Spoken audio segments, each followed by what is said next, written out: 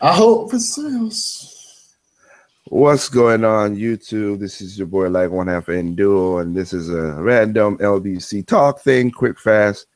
Yeah, I'm back from doing my aid work over in the islands, and excuse me for my voice being what it is, because it's hard to acclimate from 90-degree weather where you're working and busting your balls to help people, and you come back up here up to America in North Carolina where I'm at, where it's like 50 degrees, so my body did not adjust to it as well as I thought it would. So I apologize for that. But tomorrow, or basically not, a couple hours from now, Mario Odyssey is going to be released, and a lot of people been. Everybody's happy. Everybody's talking about the good stuff. A lot of people try to avoid spoilers and have fun with the waiting for the game to come out. So, good vibes if you're a Nintendo fan. Hell, there's other games that's coming out too, Wolfenstein and Assassin's Creed Origins and all that stuff. So they got other games out there to come out. Don't get us wrong. There are other games out there you need to go check out, look at the reviews, and do some stuff yourself. But I gotta talk about before we get into anything. I have Sprite Remix. What's going on, Sprite? Not much, man. Just looking at the time, like, up 2.5 hours to go. Jeez. Anyway, and of course, Raphael, what's going on, man? I just got back from eating dinner with my father. Okay. And right now, I was minding my own business till you open the Hangout for this podcast that I wanted to join. I got you. Well, let's just get down to the nitty-gritty, shall we? And not waste no time. So, journalism is at it again. Not a shocker. Nope. What have they done this time? So, let's go. Let me give you a second. And we're going to our favorite website that always starts trouble. Gotta love them. ATN? Oh, no. Polygon? You got it. Oh, God. I know where you're going with this. Polygon it is. Polygon it is. So Chris Grant, who's basically one of the head editors of Polygon. Why do we gotta stop giving? That's why I said these gaming journalists love to do this stupidness, and that's why I don't listen to them like that. They're full of crap. Oh, this tweet. This jackwagon. So, editor-chief of Polygon, ladies and gentlemen, that somebody screen capped it, because what happened when he did? He deleted his rant. Of course he did. You don't want to let the world know that you fucked up. But he was, as we go with his, what happened was he went to a party and he did a party, showed off his Switch to a good pal, and he accidentally overwrite my 100+ Zelda file, and he only took 3 seconds. Okay, your friend did that by accident. If you really did by accident, then that's messed up. It happens sometimes. Kind of a douchey move. The guy really different. Why would you delete people's shit anyway? But okay, kind of messed up. All right, you know what? But it was his tweet afterwards that basically is why people are like, Polygon. Bad if you do your Zelda stuff. Bad if you do you play Star Fox, you can't beat the game on invisibility. Bad if you took a point off from Bayonetta because it's over sexualizing. But Grand Theft Auto, no, we don't care about that.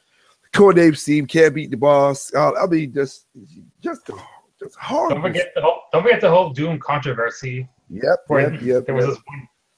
I know. I talked about it before. Like, they just stepped in it, and of course they are part of the SJWT squad. So, whatever. I ain't got no negative towards them in that regard. But the other stuff with the Star Fox, all that stuff, yeah, that's just pathetic. That's just bad.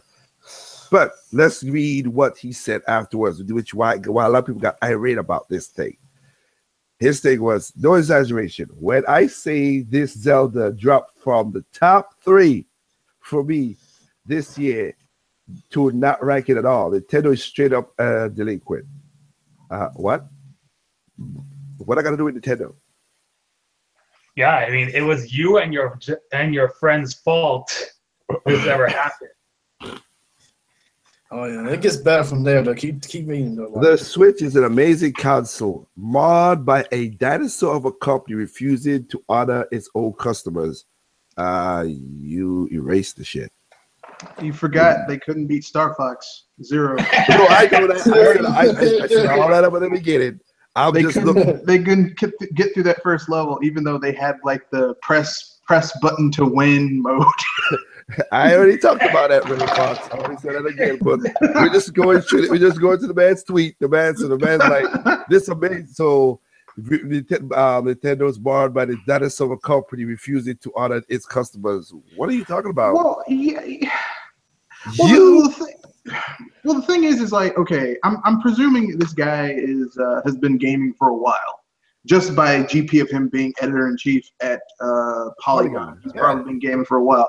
Everyone knows that, like, when we were kids and someone would lend you a game, like you'd borrow a game, and someone had a save file in that game. It wasn't a game that, that had a save file. You'd ask them, it's like, there's a save on the game. Can I erase your save? And they'd say yes or no. And most of the time it'd be no. And you just have to play on their save. And that was the end of it. Like, I mean, but even if it was an accident, I mean, it's still somebody erased. Okay, but you will get mad at the company for what? Yeah, like, why are you mad? Because you basically didn't understand basic things. Well, let's keep on continuing. I can promise you with 1,000% confidence, I will never play this game again. What a fucking disaster. Okay, good then. Don't play it. Go do something else. I mean, like, here's the thing. To be fair, there's so many games that are out and coming out for the Switch that are going to be time sinks. I mean, really, even if I wanted to play Breath of the Wild, in a little over 2 hours, I'll be playing something else that's going to eat my time. So, I mean, I could understand his blight, but to blame a company because your dumbass friend pressed some buttons, didn't ask the important question. Oh well. And you know what? Imagine if we did that back then when we had like memory cards for like PlayStation 1 and stuff, and someone either accidentally deleted it or the memory card got corrupted. Do we blame the company? No. I've never had a corrupted memory card, but I have people deleted. People have deleted. Yeah, I've let friends my Legend of Zelda things and had people erase my file, and it's like, especially on Link to the Past. I mean, I'm like, well, that never had. Well, mine's just because the save battery stopped working. That hurt. Well, I mean, this was when I was much younger. You know. So should I blame Nintendo because the save battery when my cartridge stopped working? No, it was. I never blamed the company. I was like, look, clearly the person I lent this to didn't understand that, like, when you're using someone's stuff, like, there's a certain level of responsibility. You expect that when you get it back, it's going to be in close to the condition that it was when you gave it to the person. But that's not Nintendo's fault. That's his friend's fault. For whoever, someone didn't apparently understand that. Well, let's finish it. Let's finish off this controversy, though. After working up the courage to go look at my Switch again, I restarted and I was in the Zelda menu and it was in master mode. He opened the game in master mode, of course, which found out when you open master mode, it starts all over again. Come to find out that his friend didn't delete it. It was there all the time. He just didn't open the game in normal mode. Oh, so basically, all of this was just, you know what this leads to? This leads to something. Now, this leads to something. Have you noticed that most of the publications now, the gaming, quote, air quotes, gaming media publications now that are like writing Nintendo's member, like, for years they've been conditioned to shit on Nintendo. So basically, it's become habit. It's like, it's really hard for them to break the I have to shit on Nintendo habit. And it's really, really hard for them to break it. And it's ingrained. They're like a drug addict who's trying to quit. it's hard to go completely cold turkey, you know. I got you, and that was just messed up that you opened. So you really did not know that. Oh, master mode, normal mode. Oh, it's still there. Wow. And the thing that killed me out, like killed me out of this is because this is screen cap for somebody else who captured this. No other GameSpot, Destructoid, IGN, nobody talked about his crack up. But if it was Angry Joe or Total Biscuit or Red Dragon, somebody or PewDiePie, a big YouTuber did this, oh, they'll be on this like what, like right and right. I found another LBC tweet just recently. Posted in the chat box right now.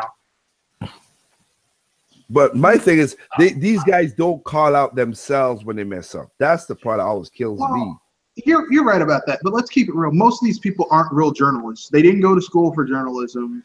They kind of lucked into this, but they aren't journalists. It's a shame that NeoGaf is dead. We'll lose highbrow video game discussion like this.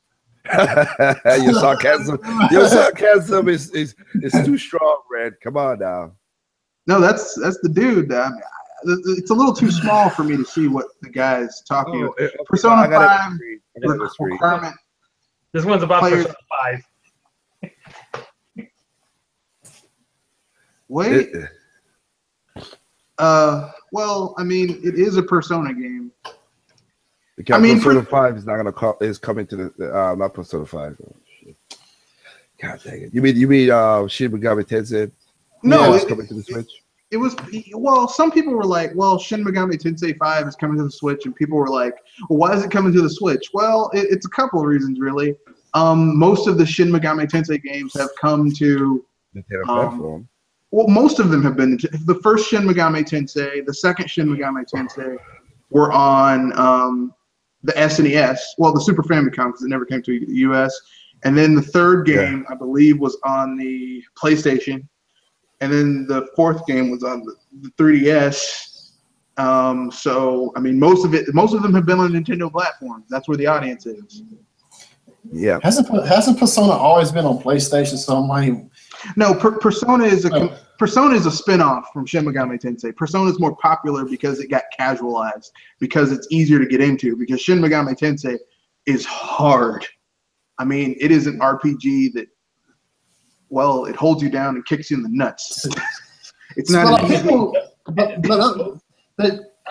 thinking about. Go ahead. And to think both Persona and Shin Megami Tensei is the reason why Pokemon fans want the Pokemon games to be harder, ridiculously hard, to be much harder than they are, because they find them too easy. What, Persona or Shin Megami Tensei? They want Pokemon games to be as hard as Persona and Shin Megami Tensei. Well, they find the games too easy. For Pokemon fans who want a harder version of Pokemon, then I ask them to go play Dragon Quest Monsters. Because Dragon Quest Monsters is basically Pokemon, except with more strategy and depth to it. Yeah. That's basically it's the same thing. And then you got the Nuzlocke runs that people do. That's one way to make it harder. Yeah, but like, okay, that's something that you have to create yourself. Like, you know, well, this Pokemon fainted, so I can't use it. It died. Whereas in Dragon Quest Monsters, you have the same principle as Pokemon, the breeding, the strategy, different types being strong against other types, but you can also equip them with weapons, so it's like a badass fighting force, which is cooler to me than Pokemon's. I gave this what's that flying Pokemon with the leak? Farfetch'd? Yeah, Farfetch'd. I gave this Farfetch'd a stick. I mean, come on, man. Wait, is that a 7.5 out of 10 for Mario Odyssey? Yep, that's the next journalism thing we'll talk about. Okay, who said that? Who gave that game a Wait. So we done with that. Let's go to the next one. Next LBC journalism. All right. So, but Metacritic, as I said, if you ain't looked, I said it on Google Plus already. I said on Google Plus that you are your ultimate reviewer. You see, you know, look at other people, see what it is, but you take the chance and you do what you gotta do and buy the game that you like. It's your money, you buy what you like. That's what I always said on my channel. But because I've seen people. I don't know. Was it you, ref, or it was somebody else said don't let Jim. No, it was Yao or somebody else said that. Don't let Jim Sterling get hit on something. It was Sprague who said don't let Jim Sterling review the game. And yeah. So I had to, I just said, you know what, let me go better critic and see what it is. And a lot of stuff is a bit out there to see what it is. Right now it's at the 97, and we're gonna see what it does. Good thing, blah blah blah. It's something that's gonna happen too. I'm gonna do a video about this later on before the year's over, say something. But I said, you know what, let me look down here and see what the person right now go down here. So I went down to this right here, which is 80, 85, 75. I'm like, okay. 75. Give me a second. All right. I'm getting at a few flashbacks here. Huh? So I'm getting big at a few flashbacks. Well, it's just ridiculous. Okay, so they're talking about, you can read it, it's a long thing. I read most of it, and I was like, are these guys playing the same game that I would think we would be playing? But no, they were talking about it's soulless. It's because you Cappy is unless Cappy's brainwashing you, you just walk around as unsatisfied zombie. I was like, what? I feel this magazine or whatever was like we never even heard about these people until today. I know. Suckers of fame. I got you. So it may bring the score down, but I don't care. I really don't care in that regard. I just talk about how journalism is. So what the person wrote down is visually pre-polished Maxwell. I don't get it. Imaginary levels, but against lack of healthy challenge because you don't have the health. I could see that. I'm not gonna be negative again. That she's a little girl. I don't get that one. And lack of content. Really, this game got lack of content. You know, this reminds me of that site called P4R Gaming, which is all satire. That's what I feel like this is. That makes okay. Everything else is pretty much subjective. Okay? Yeah. And the thing is that reviewers have their opinion, but lack of content. This game has what, like 12, 13 worlds, and every world has on minimum at least like 28 up to like 40 something power moons. Yeah. I mean, damn, that lack of content. Are we I mean, I haven't played the game yet. I don't have it yet. But I mean, from what actually, I'm going to keep it real. I've been on a media blackout. I haven't watched any videos about it. I haven't watched Game Explain. I've been like, look, when I play this game, I'm going in cold. I don't know. I got you. But yeah, come on, y'all know it's a lack of content.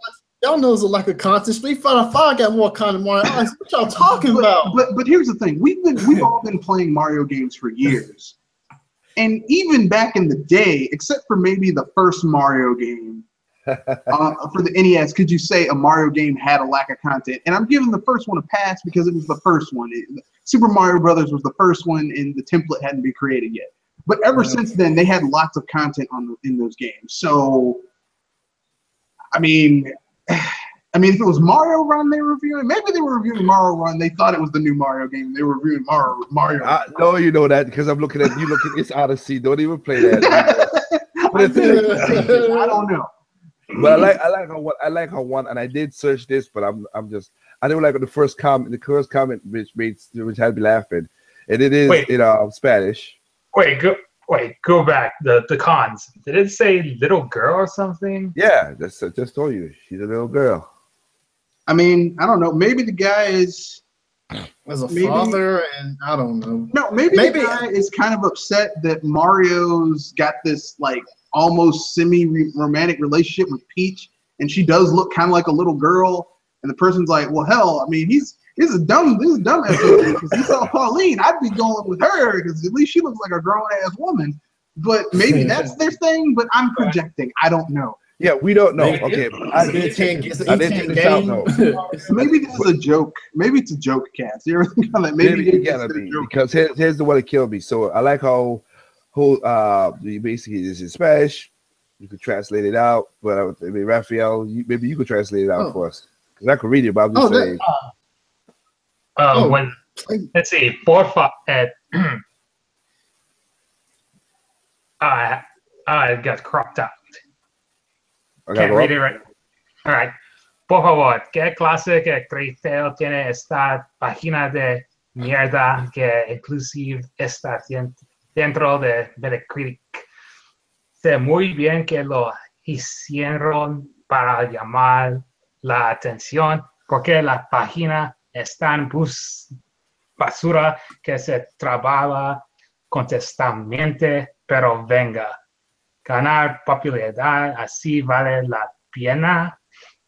All right. Yeah, In English. Did he just call this game trash? Yeah.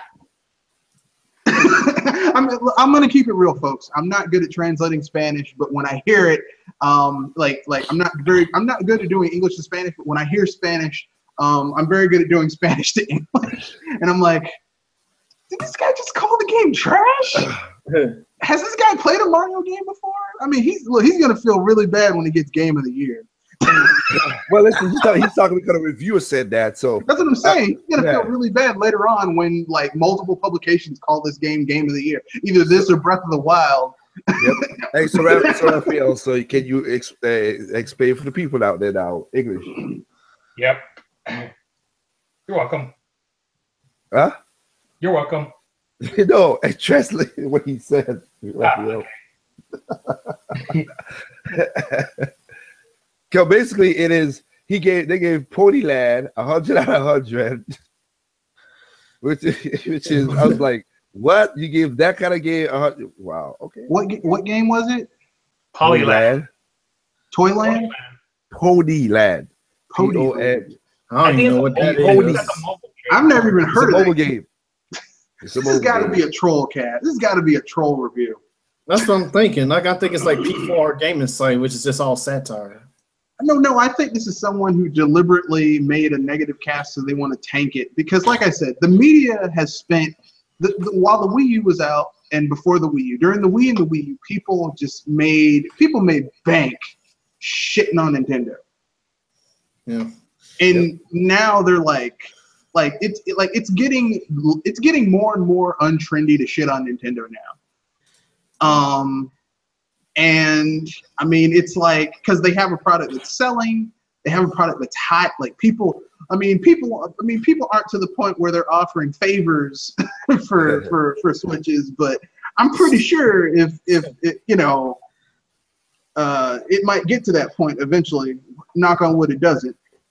I'm being facetious, folks. No one's gonna do that. Since Jim started not doing any reviews, he had to pay off somebody, right? That's wrong. But I'm just saying I can see you saying, Red. And like I say, I don't care the Metacritic score because I buy games because I want to buy them, not because of reviews. But it's just weird how the things people will do just you all don't got no lives, really? I mean, okay, if you're a professional reviewer, this is your job. Your job is to review games. So for those people, yeah. But for people who are I mean, these people call themselves, we're journalists. No, you aren't. There's nothing because first of all, like, you don't have journalistic credentials. You didn't go to journalism school. You don't follow the basic tenets of journalism, which is to search for the truth, to write about the truth, to inform people about the truth. So, and to protect your sources. None of these so-called, well, I'm not going to say none. A lot of these people who call themselves journalists don't do any of that. You got people leaking stuff. You got people before the date. You got people injecting their opinions that don't have any valid platform. Everyone has an opinion. Everyone has a reason to have those opinions. But some opinions are more valid than others because the platform that they're couched in is more valid than others. I can't stand this Wind Waker. Too much water. Really? But you like Assassin's Creed Black Flag? Really? I think you said Wind Waker. Did you mean Oron's, Pokemon Oron's, and Mega Man and Alpha Sapphire? Because that's what I said. They said the same thing for those games too. But by the way, someone experimented. What happens if you lose all of your coins and see if there's going to be a game over in Mario Odyssey? And it turns out, no, you don't get a game over after losing all of your coins. And Mario just says, I'm broke. And go get you some money. Oh, wait, you bought this game. Never mind. The guy who experienced it on it was complaining about the lack of a game over. Well, I mean, there's different Like I types said, of difficulty. that's why I said lives are kind of pointless in this day and age, considering that everything auto saves for It you. kind of depends on it kind of depends on the game Yeah. and the game design. And you also have to remember, games have been getting easier, even though people think they've been getting harder. For example, like the Donkey Kong reboots.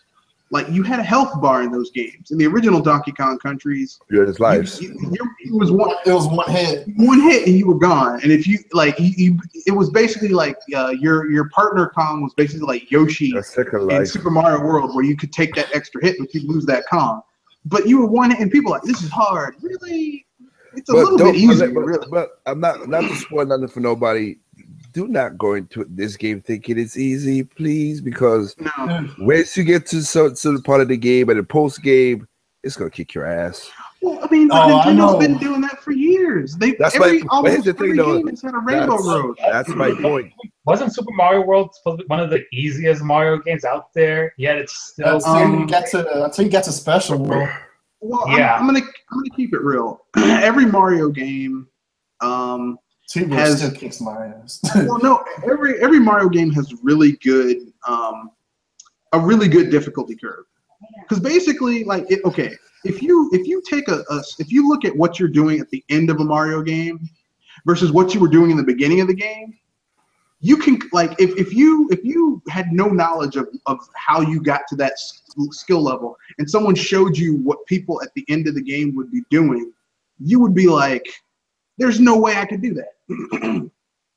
And I give Nintendo credit for designing Mario games to where the difficulty curve is just right spot on. But also let's not forget that Mario's Nintendo's, that's their mascot.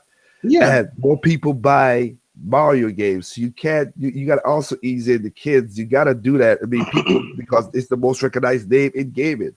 That's why I'm saying their difficulty curves are perfect, because they start out gradual so that anyone can do it, and then as it goes up, your skill level goes up. You get better at doing it, and so by the end of it, you've got kids who were like, 6, 7 years old, who were like, nah, I can't do this. By the end of it, they're playing better than their parents half the time. They got it down. They got those twitch reflexes. But when they go into that post game, that's when they're gonna laugh. Wow, this is. Yeah, people like, it's too easy. Okay, just wait till you get to Champion Road, Rainbow Road. The part where Nintendo's I know they're called something different now, but I'm still gonna call them EAD. They're like, oh, you thought this was easy? Well, try this. Well, go ahead, try it. I don't care. Go ahead, try it. See how easy it is. You don't believe, and if people who think Super Mario World is easy, just wait until you go to Star Road. The secret Star World, and that level where you have to go as a blimp, and try and beat that level. Blimp. Just as the blimp, not the way I cheated my way through and used the blue Yoshi. Go as the blimp, the way they designed it. That is one of the hardest levels I've ever. Even now, that's still a very difficult level. I know I've beaten it, but it's not for slow flusher. I think the hardest is still the perfect run in Galaxy 2. Well, that's you doing all that. I mean, my point is, it like Red was saying, it wraps up. So they know what they're doing with their games. So everybody always does that. And you know what's funny too? Because most of these journalists will be writing their stuff. They got so much games they got to review, and I give them that. That is their job. So they go beat Mario, beat Bowser, and they call it a day and keep on moving. They don't play the extra content that goes beyond that. Yeah. So yeah. So they don't review the whole kid caboodle, which I'm not gonna put a negative on them. But let's call it real down to two. That's what they do. Play, get into the ending credits, bam, call it, and they keep on moving. They don't go to the next game to play. And they have a lot of games coming out tomorrow, so yeah. But it is just like I said, right now, yeah. These games, Mario game is always on point. This is something they're doing. They're doing something different. Everybody so far has enjoyed it. So, like Red, all of us who's gonna be playing this game, that's the next pickup for us. Gotta say. Yeah. Well, I'm an evil bastard because I pre-downloaded mine. Well, go ahead and get yours when it comes out. I was gonna do physical, but I was like, I can't wait because even though I have the Prime delivery, they weren't gonna get to me today, which is weird because normally Prime gets my stuff. I was like, you know what? I'm canceling my order and I'm gonna take that money and use it. Just buy it pre-download it, which I did. All right. I'm okay. And the Best Buy here is doing a midnight thing. So did you guys hear about this YouTuber who got banned from the site for streaming Super Mario Odyssey before the game's release? Nope, Good. and that's good for him. Good. Yeah. Because if someone is lucky enough, like here's the thing, we've all, I think as gamers, have gotten things where we got a break. Like maybe a retailer sold us a game a day early or something, or we got a Benny. And like, I don't know why people always have to share stuff. When you get a windfall, shut the fuck up and enjoy it and be quiet. And you got your windfall. Good. It's not that. It's something. It's something. You have something that other people don't have. And I ain't gonna say I don't do it because I do. But the thing I don't do, of course, is I don't like this. I'm not one of those guys who spoil shit for people. I don't do that because I got Star Fox before he came out. I got Metroid before he came out, but I didn't tell nobody what the game is all about. Whatever I want to experience it. That's what you paying the money for. You're not living it through me playing the game because I play the game different from any other person play the game. Yeah. So I don't get that why people want to do that. And also they're doing that just to be spoiling the game and they want to get the clicks and all that. Like again. Exactly. As that sad person learned last week, this is my smallest channel on YouTube. I don't care. So I don't care to go while I'm trying to show you how it's just ridiculous. I will say this though, I'm on the edge of beating Metroid Return of Samus on the fusion mode, and I'm happy I was soon beating that son of a bitch because that thing ain't no joke. Holy crap, that thing is hard. Damn, my hands had to move around certain stuff to get that friggin' thing. I'm at the last. I'm basically right before. Well, if you play the game, you know what it is. But like I said, I ain't gonna swear for the way. But yeah, I'm right there by the Queen Metroid, and I know it's gonna go. I know a couple hits and basically all about damn energy tanks will be gone, but whatever. But going back, like I said, it's these people just like to do stuff like that. And they want the YouTube is there. The YouTube persona has now become their own persona. They adapted that into their persona now. So they need to see all the views, just like how people use social media, and they gotta have all the likes and. You're like, oh, I posted something. How many people like my stuff? That's what they do with YouTube now. YouTube is the instant gratification thing now. That's the problem with living in an age where everyone has what would have been considered 20, 30 years ago a supercomputer in their pocket and with a camera on it. People have to share things that back in the day, you'd have to, you would never have the opportunity, or it would never occur to you to share with people. And it's like, why? And some of this stuff is the most made stuff that they, because the problem is because somebody says somebody famous did this, which mostly that's what happens to Twitter and all this stuff. Somebody famous did this, they already have millions of people watching them, so they just say, oh, blah blah blah, nothing, whatever. And some of these people try to copycat so easy, think that oh, if I share my food, I'm gonna get millions of views like Kim Kardashian or someone. I'm like, no, you're not. No, you're not. Stop. I don't want to see what you eat. Unless you bake it yourself, cook it yourself. You're like, oh, okay, guys, look what I cook, and you're trying to say, hey, it's a recipe and stuff. I'm cool with that, but I just ate this at this fancy restaurant. Shut the F up. Unless it's something amazing. Like, okay, if you go someplace and they sell you like that $1,000 gold flecked sundae, and like it's the first time you ever saw anything like that. You're like, look at this crazy shit. Okay, fine. Go ahead, take a picture, share with. But the McDonald's food, nah. No. But people like, I went to Applebee's and I got the Cobb salad. Man, no one cares. And people want to know why Nintendo is so strict on like YouTube and stuff because of what that guy did. They don't want but many other things. No, it's a lot of stuff. It's a lot of stuff. It's basically Nintendo is a branded company. Like I was gonna do a video about this, but I was like, I've been busy. But basically, I mean, I don't know about other people, but I've worked for companies that had branded stuff. like literally, like if you want to do a picture of Mario, if you're allowed to do a picture of Mario, they send you a template and like restrictions, like you have to use certain colors, has to be certain proportions. Like basically Nintendo, and they're like that with all their stuff. Link, Zelda, Samus, Kirby, like Nintendo protects their IP and their brand zealously, because like in business, unlike what a lot of fake ass business people, and Liger knows who I'm talking about, will tell you, like everyone thinks it's just about money, but really it's your reputation, right? The reason people buy certain things is because of the reputation of the business, and the product that business makes. And if your reputation gets tainted, that can hurt you more than just people not wanting to buy, like less people buying your product. Because as long as you have a base of people that will buy your stuff because they believe in it, you can always bounce back from that type of stuff. But when people don't have confidence in your product and you as a company, it's hard to get that back. Oh, Yeah, speaking of reputation, despite all the naysay about Nintendo, they end up being the number 4 most trusted company, according to. Well, yeah, but it's sad because they have a consistency over the years. That's exactly. What they you do. know what you're going to get. You know, whether even people who don't like Nintendo, you know, the reason they don't like Nintendo is because they feel that Nintendo didn't change. But that's the thing. You get Nintendo, you know what you're going to get every time. But there's no BS. There's no, you know. But here's the thing, though. When Nintendo changes to what these gamers ask for, they don't buy the shit.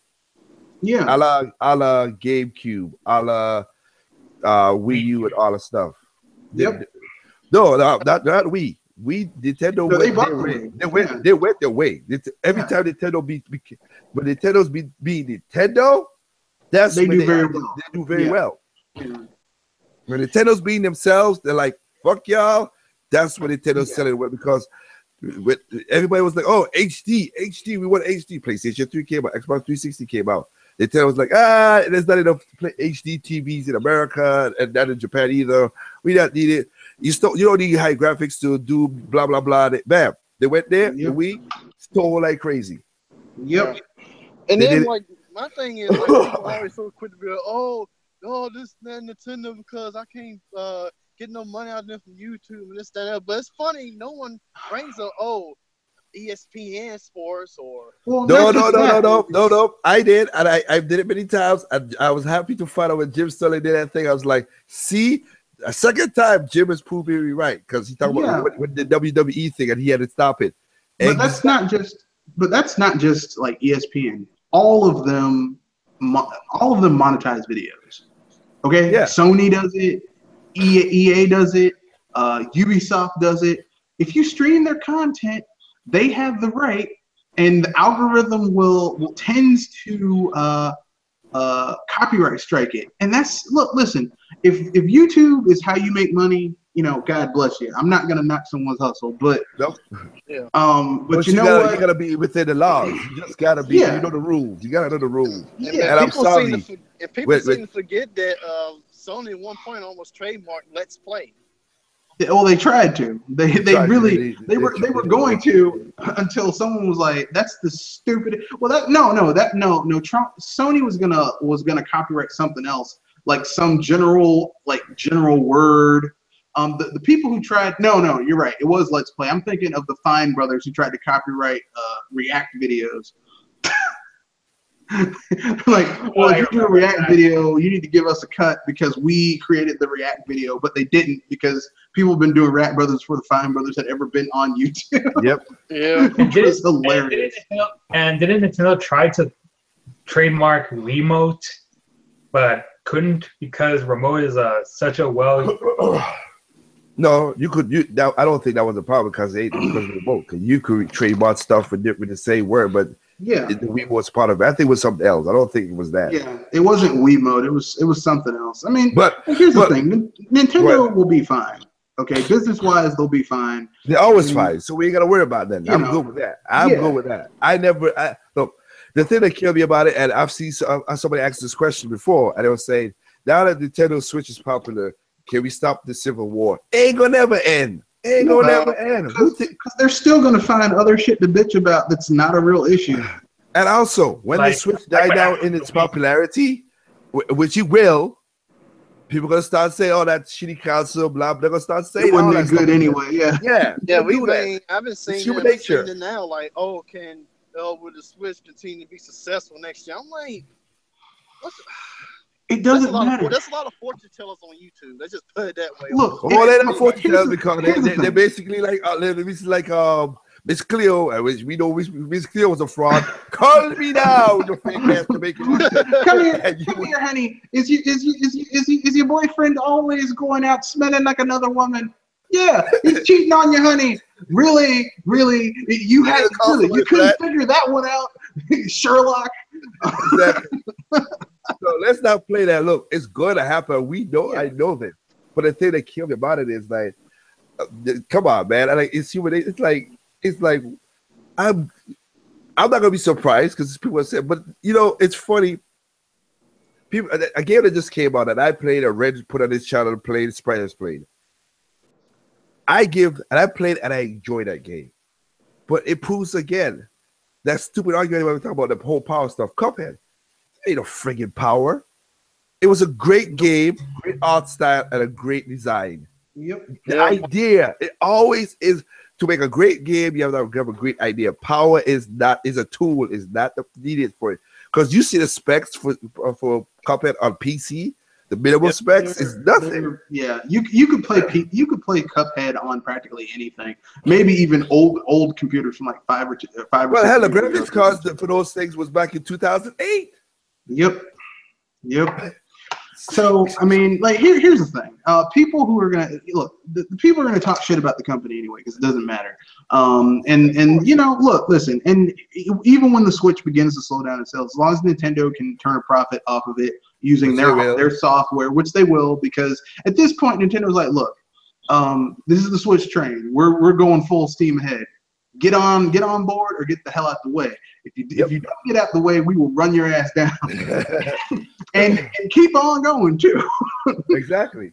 Which is why I'm wondering why Capcom and Namco, Capcom and Namco Bandai are dragging their feet. I don't know. It's like, look, you better get on board and get the hell out the way because they're gonna run your ass down if you don't. Well, yeah, Namco, I don't know what they're doing. Like I said, they're gonna. For me, I'll wait for the definitive version because they're gonna be a definitive version of that damn game. So I'll wait. And Capcom, I don't. Well, like I said, this whole year has been a clusterfuck for them. I don't get it, but hey, I know who. I'll give you guys a hint. I know who's gonna get LBC Company Award of the Year. Well, Capcom is like a reverse Midas. Everything he touched turned to gold. Capcom is the opposite. Everything they touch turns into shit. Like, hey, Street Fighter, it'll never let us down. We can't mess up Street Fighter. They messed up Street Fighter. Okay, Marvel vs. Capcom, that won't let us down. We can't mess that up.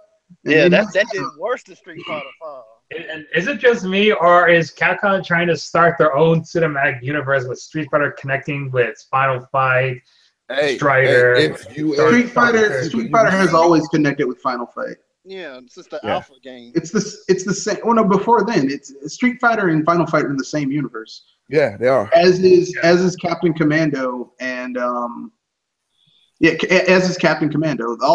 Basically, from what I've been able to understand from Capcom, their Street Fighter universe is connected to their Final Fight universe, which is also that I know about. To their Captain Commando universe, because Captain Commando takes place in future Metro City. Final Fight takes place in what for then was present day Metro City, and Mike Hagar, like that world that they're in is the same world as Final Fight. It's always been connected. I don't know about the other stuff, but that has always been connected. That's what I know from the old stuff. Connected it with Strider with their new character for Street Fighter. Well, Strider would work. I mean, it would. Because in Captain Commando you have a future where you have cyborgs and junk. Yep. It's that Strider cyborg driving baby. What the frick? Yeah. I mean, you've got Baby Commando, you've got Mummy Commando. I mean, if Capcom were smart, what they need to do is get the engine they use for Final Fight 3 make a massive beat 'em up with Final Fight characters, maybe some Street Fighter characters, Captain Strider Commando. Hiryu, and the Yeah. Captain Commando characters, and then put that on PC, PS4, Xbox One, and Switch, and call it a day. Yep. Because clearly they've I mean, you know, maybe throw in as bonus characters the people from Cadillacs and Dinosaurs, because why the hell not? It's a dinosaur, and I'm driving a Cadillac. I'm sorry. I just remember playing that game briefly, No, but I always thought it was kind of fun. No, I don't know that game. But my point, but like I said, Capcom is doing this, and of course, you see right now, who's right? Like I said, Capcom is going to top, but we're coming up to the end of the year, and EA, it look like you still ain't learned your lesson. But what might I say? You think? No, it's EA, man. I mean, I think we need to rename EA at the end of this year from EA Electronic Arts to Epic Assholes, because that's what they really are. They basically, it's like, hey, but you know, I'm gonna parrot what Liger said. You know what? If you are a small indie company, a small indie developer, or a big indie developer, and EA comes to you with a publishing deal, or they'll publish your game, or they'll buy you out. Look, tell your staff, send them a text message, get the hell out.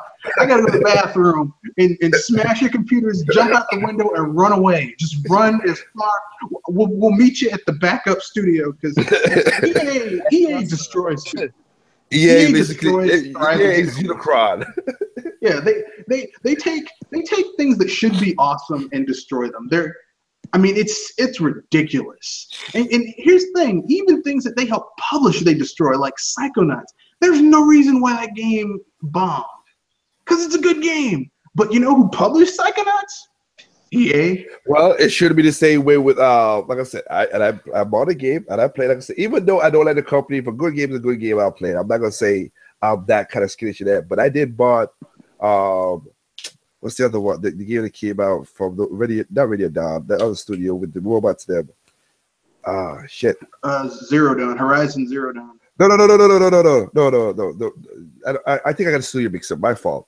But it's the robots and you jumping around. They came at the same time as their Battlefront, and you're like, why did you release the game the same month as the Battlefront? Titanfall 2. Titanfall 2. Yeah, that was EA did that on purpose. EA did that because they wanted to tank the value of that IP so that they could devour the studio. They wanted. And I'm like, look, your theory is not wrong. If they do that, that's fucked up. No, but I mean, they should. Like, here's the thing: the people who these dumbasses went back to EA. They had managed to escape EA. And they got mad at Activision. Like, Activision is terrible, but they're like friggin' Santa Claus compared to EA. Like, EA is just evil. Okay. Well, EA is the Krampus. Hence why they're called evil assholes or epic assholes. Or whatever name you want to come up with. Because remember when I did the podcast with Triple M with the whole big ball. So we counted it out to the end of the year. See if EA really followed what they said, because we don't know. But I got to give it up to you and Jim Sterling and everyone else who's been counting studios. People have been saying, look. I tell you who I'm gonna make a prediction. If Anthem bombs, which it probably will. Look, Anthem is not Dragon Age. It's not Mass Effect. It's not Baldur's Gate. It's not a KOTOR 3. It's a Destiny clone. Yeah, it's not a KOTOR 3. It's not any of these things that people really want from BioWare. It's gonna bomb, and when it does, they're gonna get their plug pulled too. And people are gonna be like, oh no, this is terrible. Because you see all the really talented people. I keep on telling people this. When you see the most talented people leaving a company or studio or any type of entertainment, like creative endeavor, that's a sinking ship. The people who can leave have left. The people who are left can't. They don't have the means quite yet. But it's done. BioWare is done. It's done. I mean, for BioWare Montreal to get solved into EA, that's gone. And, BioWare is the next. I think. Again, 13 games in 14 years. They got a damn record. I don't know. It's either going to be BioWare or Maxis. Whatever studio, not Maxis, the studio that's handling SimCity right now. Because the last game those people made was SimCity, and that SimCity, the new SimCity, and that game was terrible. So Maxis went with them. Yeah. So I don't know. Like, it's going to be BioWare or DICE. You got DICE. Well, DICE is doing their Star Wars stuff, and Star Wars is. I mean, look, that first Star Wars Battlefront was shit, and people bought it. So, I mean, like Star Wars is bulletproof. If the prequels and the Christmas special and the Ewok films couldn't kill it, believe me, DICE could basically just take a box. But here's the thing, in there and put Star Wars on it. People would buy it. You are right, Red, but I'm not saying that it's Star Wars. I never said it was Star Wars. It could be they do a next Battlefront and it's shitty again, and then if it sells enough, they'll be okay. But if DICE's new IP, because I know they did Battlefront 1, which was based on World War One, and I did a lot of people like that game. Yeah, a lot of people like that game. But if they do like a Battlefront Hardline or the Battlefront 4 like they did before, and they F that up, ooh. Yeah. First, they're gonna get. Well, they're helping out with other projects, and then like a year after that, they'll be like, yeah, they're gone. They're done. I mean, look, BioWare. But we should have known BioWare was in trouble when the two people who founded BioWare were kicked out of their own company. That should have been a clue that there was something going on at BioWare. And then that shitty Mass Effect 3 and Dragon Age 2. We should have been like, we're done. We're done. So we'll see what happened. Like I said, I mean, for them, I still laugh when I saw that, when I did that video, and me and Chipper was watching that video, that thing, I'd seen, really, EA, you value your customers more than revenue? Come on, man. Look, I'm a businessman. I wouldn't even say that. I'm not gonna lie to you. I'm not gonna say that. I wouldn't lie to people like that. I would say, you guys are very important to us because if you guys help us out, we make money. And money would be a part of my speech to you. I'm not gonna lie. But I would never say I value people because if people don't buy the way that EA treats its customers, really, it's like, don't be saying that. Don't be saying that. Yeah, they totally take advantage of their customers. They treat their customers like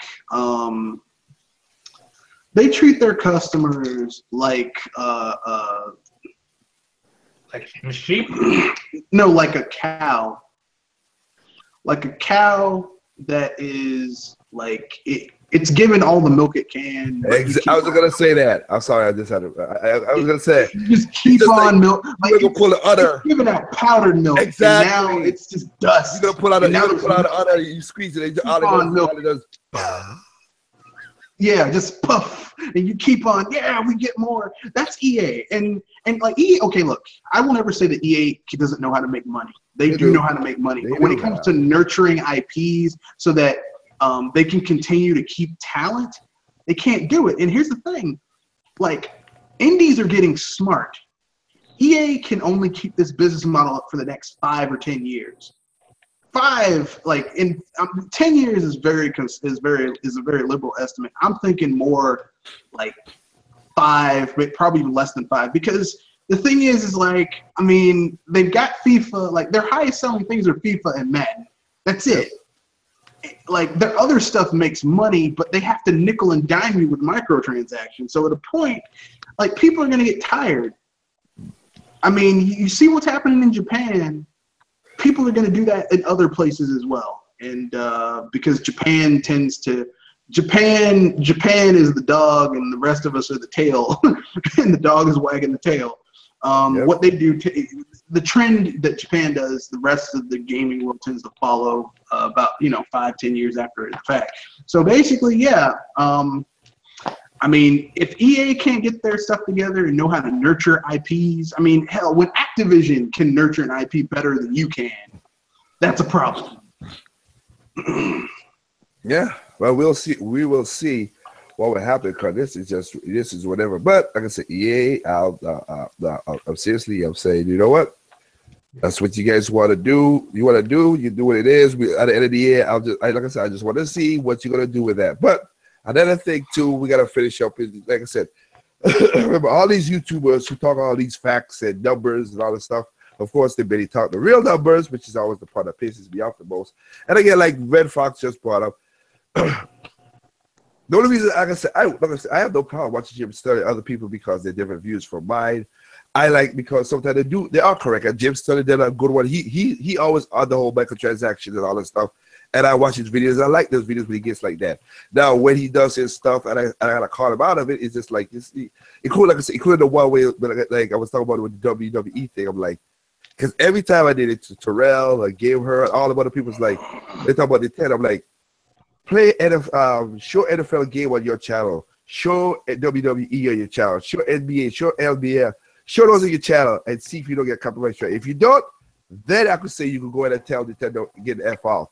But I know that you're not gonna do it because you know you're gonna get copyright strike. So to see Jim Starley did that and said, "Well, we're not gonna do this because blah blah blah blah blah." I was like, exactly. So why you play this fake game for, man? Why? It's not worth it. It's kind of stupid right now. But another number we have to talk about is this quickly. Is as of before tonight, before Mario comes out, there are 202 games on the Switch. Physical ports, eShops, 202 games. That's impossible. Yeah, It's man. 7 months. People ain't got nothing to play on that system. I know. That is a joke. know that the Switch has no games. Yeah, you know the system ain't got no damn games. People just sitting there just looking at it. Looking at it up there. I'm sorry, I can't keep the farce going on too long. No, I got you.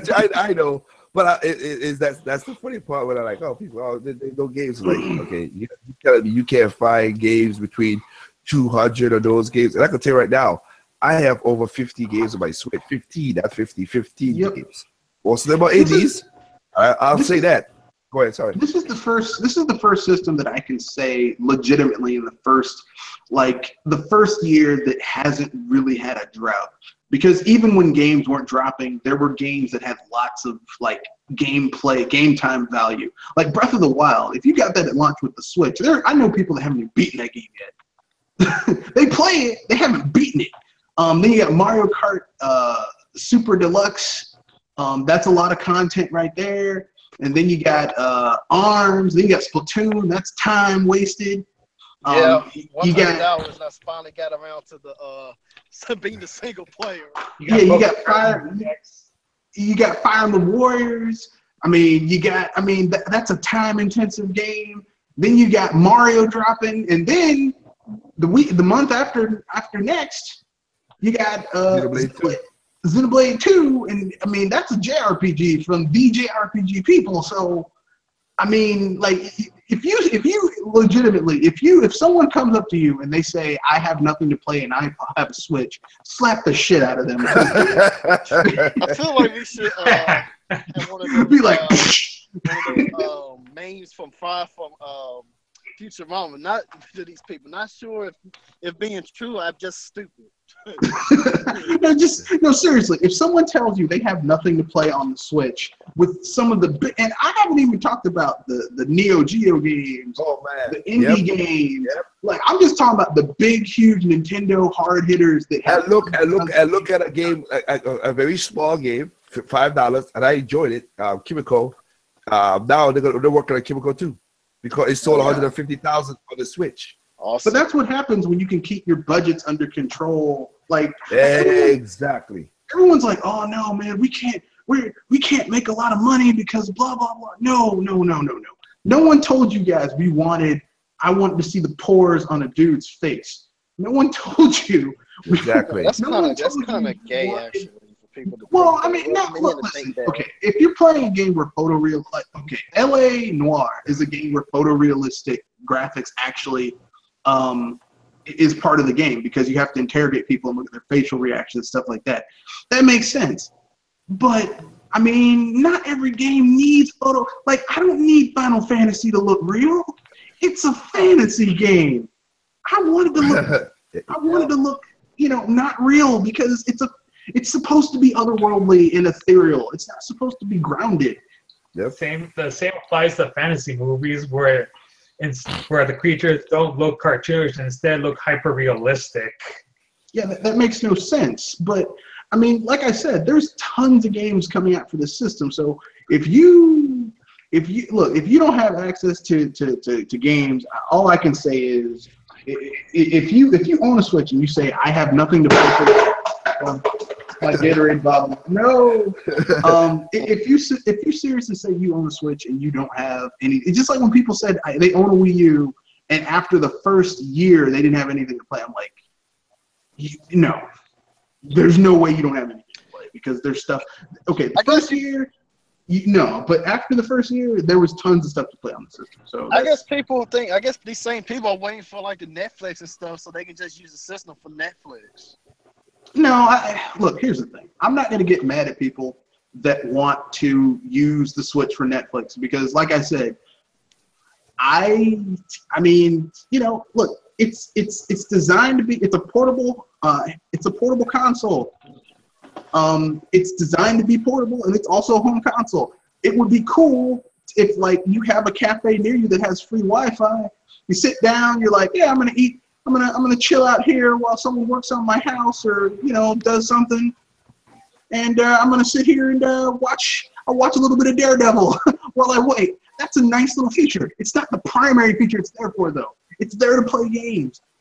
Would it be nice to have those other features? Yes, but I mean, they bought it and they wanted to have commensurate features with other consoles and stuff. I can understand that, but and you could say handheld because hell, the 3DS has Netflix, so you can't say, well, that's impossible. Yep. But go ahead. Sorry. You spend $300 on a product, you want it to have features that are commensurate with other products that are in the same family and have similar price points. I'm not going to get mad at people because of that. I mean, if the only reason you got a PS4 was for streaming stuff and not playing games, then we have a problem. But, I mean, not everyone is intelligent. Yeah, well, people spend their money on what they want. Then there's these people who are waiting out from buying the Switch until a specific game comes out.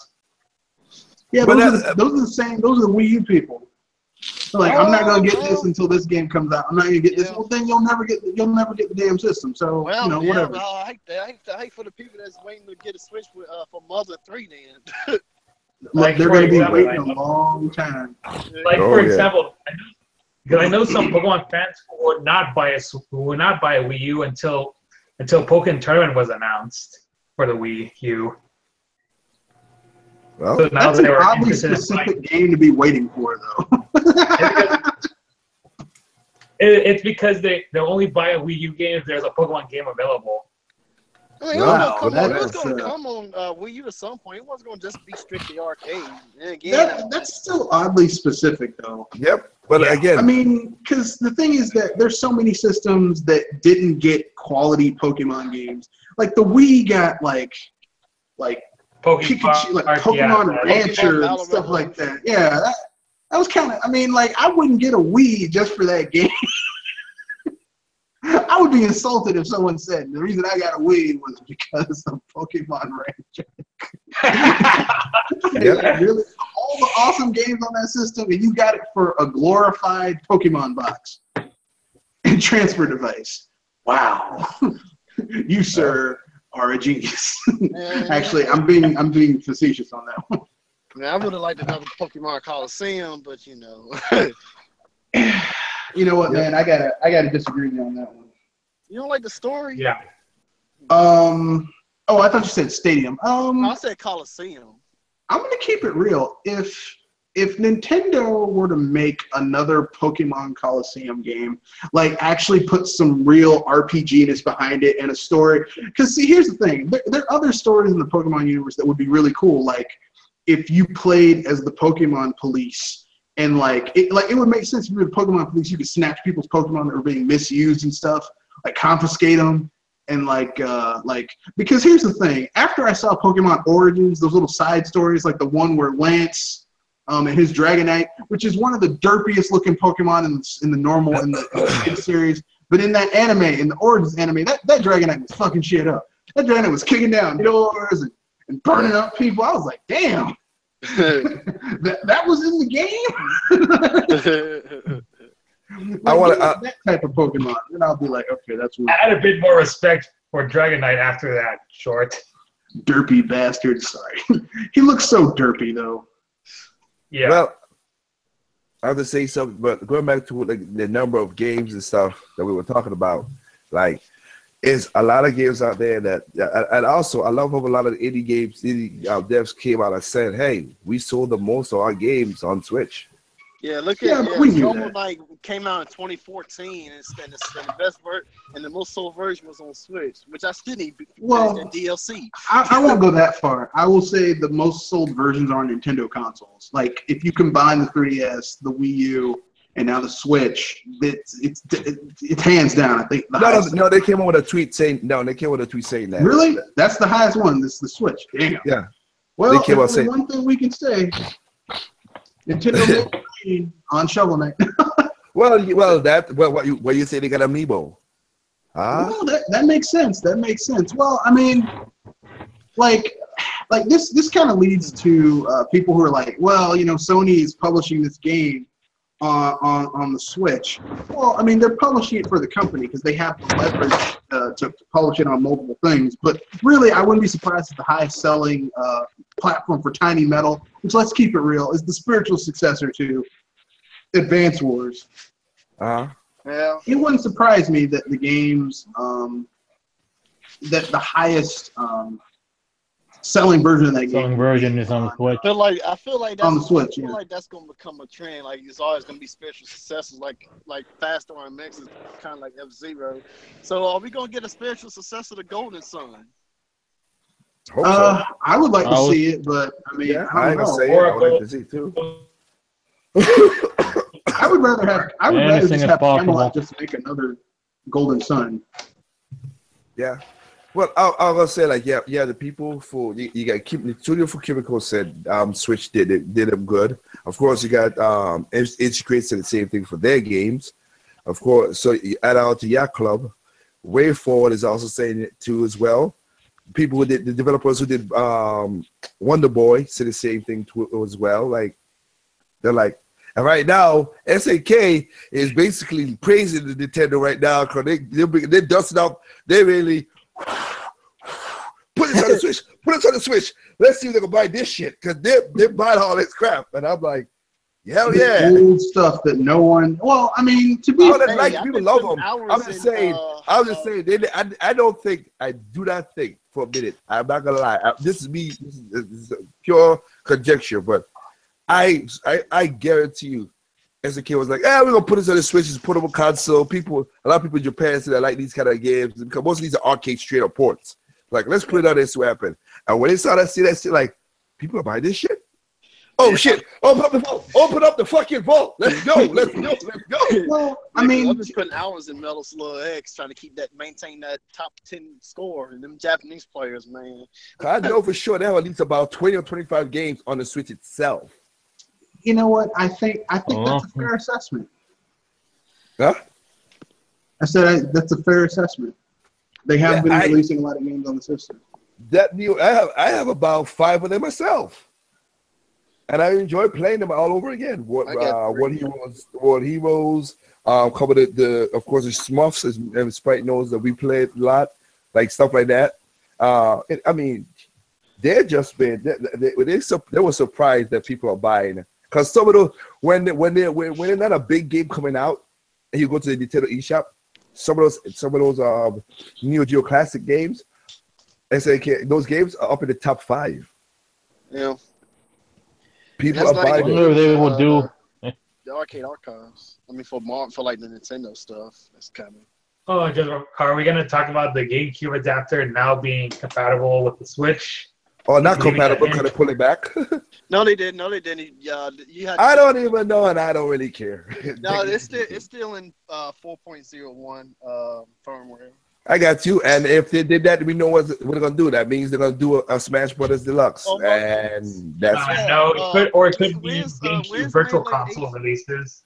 When's Melee HD? I know, right? Say. You know, if they do, personally, I would rather them do a GameCube Virtual Console than a port of Smash 4. I know. A port of Smash 4. I said that, but I you don't know, think that's but what you know, on the happened. business side, you know what they're gonna do that. So Licensing. But you know that. Sakurai doesn't like doing ports of previous Smash Bros. Games because it was the reason why Brawl was made in the first place. Because they were originally going to make a Wii port of Melee. Well, and he didn't want. I'm gonna keep it real. Well, no, not really, because remember when he did Brawl, Sakurai was surprised. Sakurai didn't even know he was gonna make a Smash game again. He was basically like when Iwata was like, "Oh, we're doing a game for the Wii."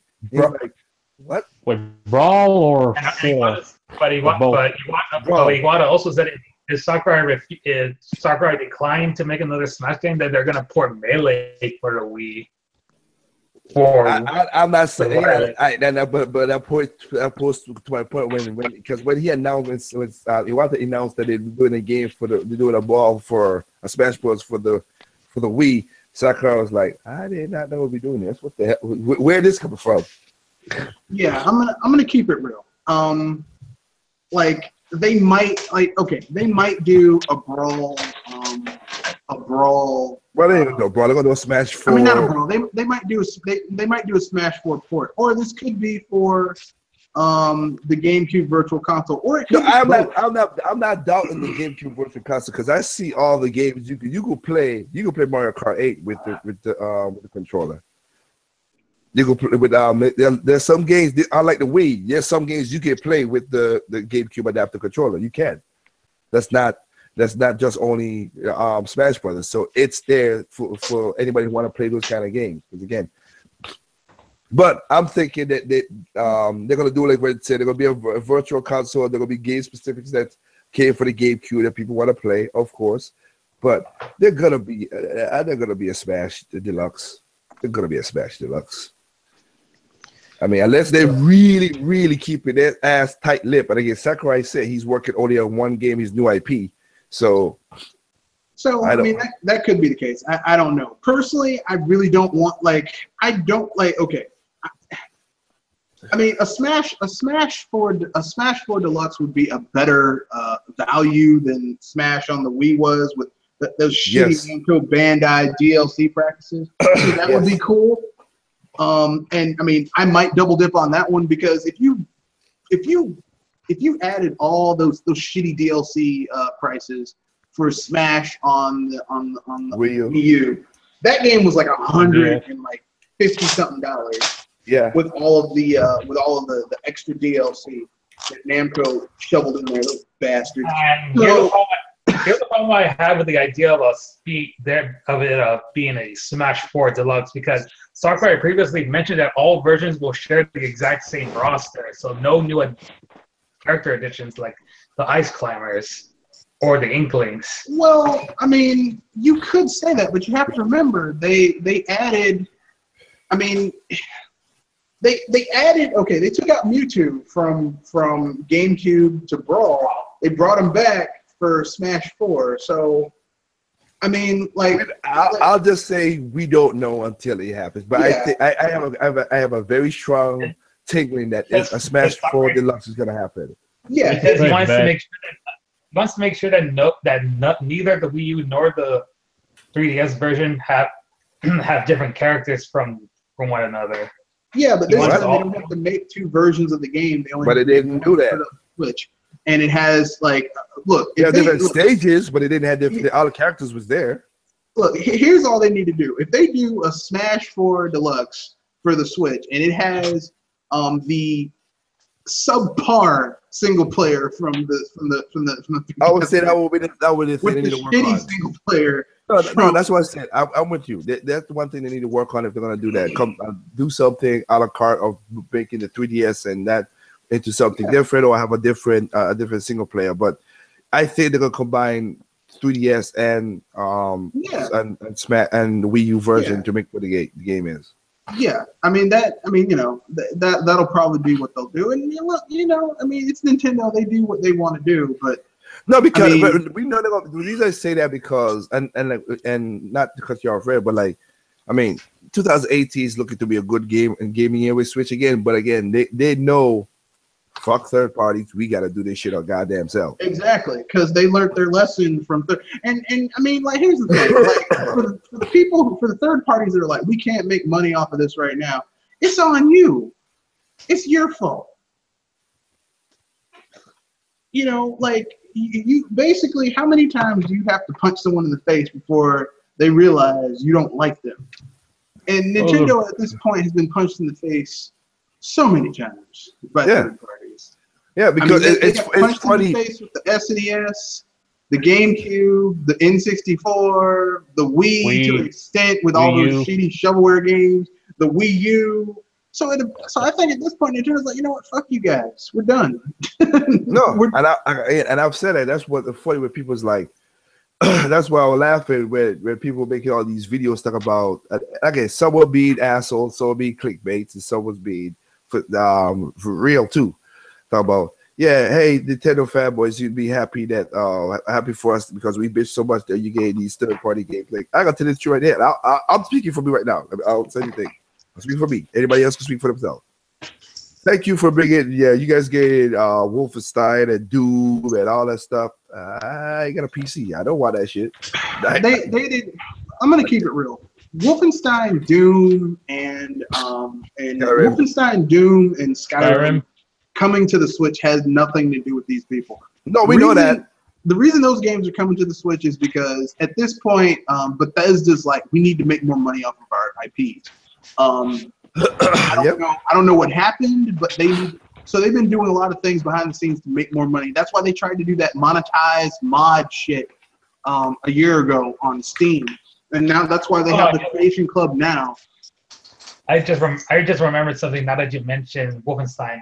There is a potential LBC news article in regards to it. Neo-Nazis being upset about the new Wolfenstein game. No. It's not LBC worthy. That's just stupidity that don't need to be happening. Because there are people saying what you just said, and there's another one where people's like, this game is promoting Nazis. I'm like, oh god, people should shut up, just shut up. Look, first of all, it's a video game. Second of all, it's a Wolfenstein game.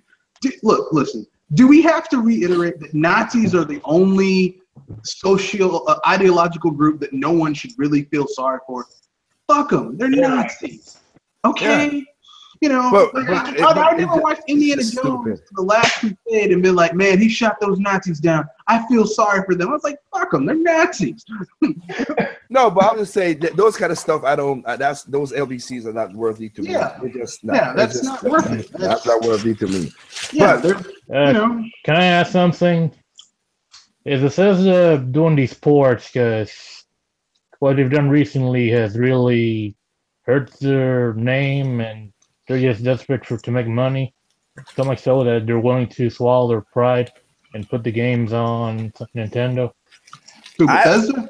I don't know. Yeah. I can't answer that question because I don't think so. Because Bethesda has released shitty game after shitty game after shitty game. I mean, games that were buggy and broken, and people still bought it. Yeah. So that's not it. This is about money.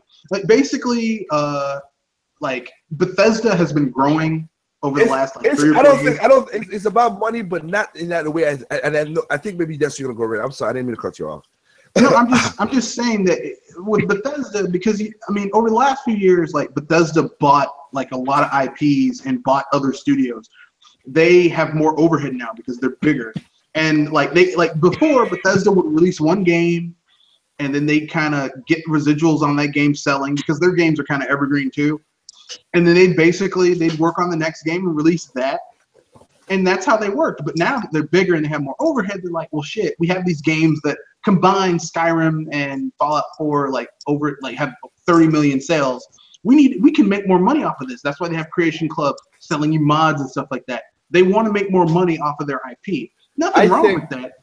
Nothing wrong with it. I think because Bethesda looked and saw, okay, let's switch something different, something Nintendo being Nintendo. It sell like crazy. And right now, because they see how the market, I think Bethesda know that the gaming industry is not as strong as a lot of people pretend it to be. And Exactly. I think they're like, okay, this is a low hanging fruit. The Switch, I could just reach up and just pick it. Let's just port some games over there. It's just like a cheap, lazy, quick, dirty port. Yeah. Nintendo, and here's the thing: everyone's like, "Well, Bethesda's porting." Look, Bethesda's porting 2 games. Is putting 2 games. Skyrim is published by Skyrim, Nintendo's doing themselves. So really, like a lot of the risk, like Wolfenstein 2 is a new game that's going to sell on everything. It's going to sell pretty well. Doom, I mean, that's an old game. That game came out 2016. Yeah, last year. That game came out 2016.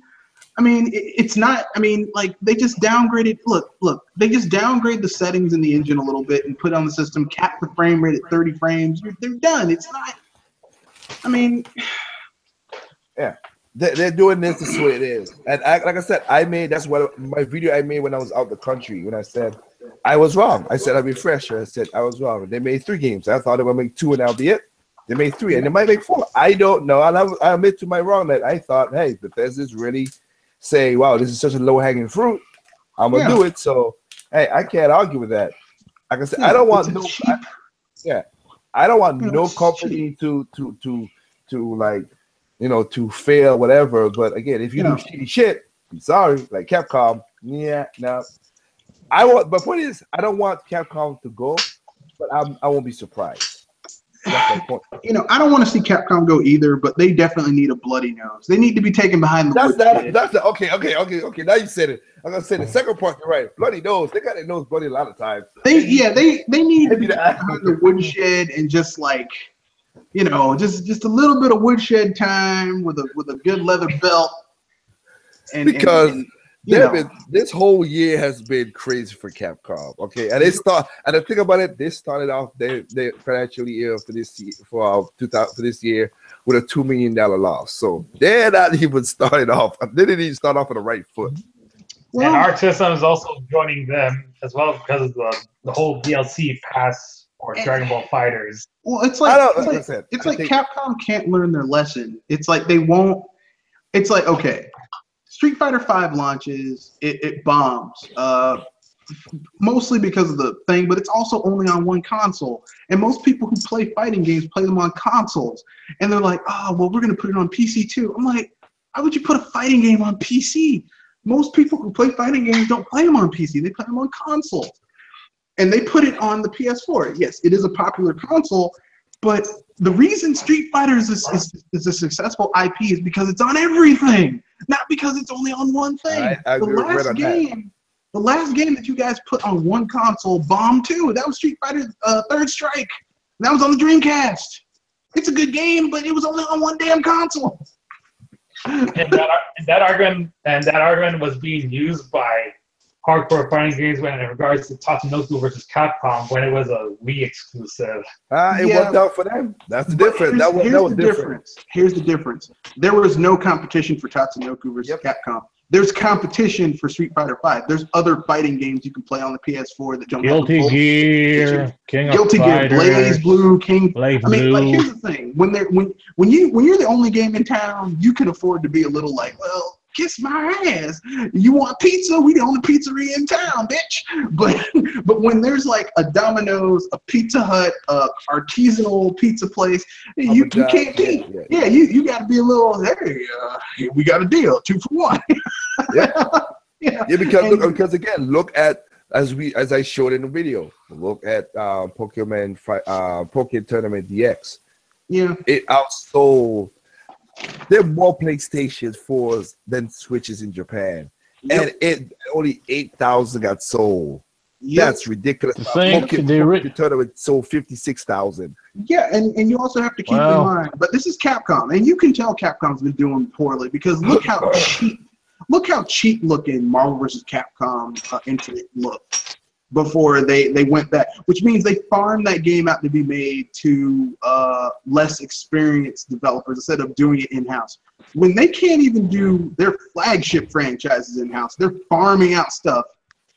There's something wrong. And if Capcom can get their shit together, they're not going to be around much longer. And that's all I'm going to say. Yeah, no, I'm with you. That's what you're right about that. But that's all we want to take. I think Namco Bandai had a hand. Like I said, I'm not gonna say I'm gonna throw them on the bus yet, like any other developer yet. I'll wait and see. Like I said, I was gonna buy Dragon Ball Vitamin C. I'm gonna wait because they're gonna be a definitive version. They're just gonna. I know the third party when after 3 months, I've said this millions of times. The window for third party games is 3 months. After 3 months, it drops like a rock. Yep. So I'll wait for that one. Also, we gained Blaze Blue Cross game, and then we gained Strange Blade. Blade And Blade Strangers. Yeah, so I'm good. By the time Capcom goes bankrupt, can you think of either which of the three companies will get their IPs? I know that probably Namco Bandai. That part I can't. You know what? No, I can't. I'll be honest with you, Raph. I don't know because because some companies are this devilish, and I'll say this right here. And Red would know this too. When you're in dire straits, you will put on some very messed up deals to whatever. So maybe this. I'll give you an example. Like you said, hey, they tell you want to buy Mega Man. You're the last people who made Mega Man, Reveille, whatever. Do that, and we'll sell it for you for $40 million. You know that could be the case. Nintendo to get Mega Man, Monster Hunter, and Ace Attorney. Wait. But that's my point. They might add on. You might gotta pay extra money so they could erase their debt. Yeah, that's how that. Go ahead, Red. Sorry. Like, I mean, but like Liger said, like at this point, okay, we know Capcom is desperate because they're doing these sweetheart deals with Sony, knowing that all of the sweetheart deals they've done with Sony thus far in this generation have failed miserably. Okay, if they keep on doing these sweetheart deals, we're gonna put Monster Hunter X only on your system. Didn't you learn is your butt is still bleeding from Street Fighter V, and you haven't figured out yet that like first of all, generally speaking, when companies do sweetheart deals with Sony, either sooner or later they get screwed over. Look, you don't believe me? Go ask Square Enix. go ask Square Enix how they're doing all those sweetheart deals they did with Sony. So I mean, Capcom just really like they the fact that they keep on doing these bad deals and they're desperate, okay, and something's got to give. They're desperate, but like I said, Raphael, if they're and I'm not even gonna say I'm above this. It never happened to me because when I run my company, I make sure my debt is basically like 10%. Anything that goes beyond that, I pay that shit quick off because I don't want to be holding to nobody. Yep. Really? No banks, nothing. So a lot of people are like, why don't you make a lot of? Oh man, you did a great show here and you made that. I'm like, yeah, and we had to pay for insurance. We had to pay to send people here. We had to pay for this and that and all that stuff. And I'm like, I'm not gonna take a loan out and then not pay off. I don't want to pay interest. I do that stuff quick. So yeah, it turns out I don't make that to the degree. But as I said again, when you're desperate, if I had a lot of debt, I would look. Nintendo has the money. If I'm Capcom, I'm not gonna lie with you. I'll guarantee you. This is how the shareholders and some of the Capcom people talk. I'll give Nintendo as an example. If Nintendo has a lot of money, we know they got the money. They got billions in the bank. Hey, Nintendo, buy Mega Man from us, or as you just said, Monster Hunter, blah blah blah, and give us $100 million. And knowing Nintendo, they were like, wait a minute. Go fuck yourself. That's basically, yeah. Look, Nintendo. We don't need your IPs because we have our own IPs. Yep. So your IPs are not mention we got into. Yeah, plus we got into Create, not technically a subsidiary of ours, but still, we don't need a Mega Man when we already have a replacement right here. Well, here's the thing. Or do we need to? No, I get Capcom were smart. If Capcom were smart, what they would do is, and this is me saying as a business person, and Liger will probably agree with me when I give you my quick solution. Okay, we know Nintendo knows how to keep game projects under budget so that they don't have to sell a huge amount in order to make money. Their deals with Sony have failed miserably. Like all of the sweetheart deals that Capcom have done have not really made them a lot of money. Like those deals with this Dead Rising 4 is going to be exclusive to the Xbox. Okay, who the fuck is buying this game on the? Never mind. I'm going to stay away from it. Go ahead. You get what I'm saying? Like these little sweetheart aren't really working for them. But here's the thing. We know that there are dedicated people on the Nintendo platforms, both handheld and home console. There are games that they could have put for cheap on the 3DS, would have made money. So they should have went to Nintendo and said, look, we're going to put our cards on the table. Financially, we're not doing well right now. If you guys could help us out, we'll make these games exclusive to you for, let's say, 6 months. And, we'll split it like, 60-40 or 50-50, whatever the split is. Maybe standard publishing fee, I don't know, but whatever. Help us out. We'll get this stuff made. They're going to be awesome games. Or even make it a 50-50 split and have one of Nintendo's little smaller teams handle it. Because Nintendo, look, when Sakurai can do a better Mega Man than Capcom can, Yep. I mean, let's just keep it real. Y'all done fucked up Capcom. Okay. so like maybe have Hal do it. Hal's not doing anything right now. Let him. Well, Hal, look at the new game by NC Creators coming out. Dragon. I forgot the name of that game, but the Dragon game is coming out. Yeah, all the people who worked on that, was working on that game, all past Mega Man designers. Exactly. Or if they don't want to do that because Capcom is kind of an asshole company, look, take your IPs, say, look, indies in Japan, because I know there are indie developers in Japan. We're going to put these 10 IPs up. We'll give you a small budget of like $100,000 US, because look, I don't know what that'd be in yen, because converting shit from US dollars. That's a lot of money. That's still a lot of money for you. What's like $10 million? Was it 10 million yen? It's not 10 million yen, but it is. It's in the millions with 100,000. Yes.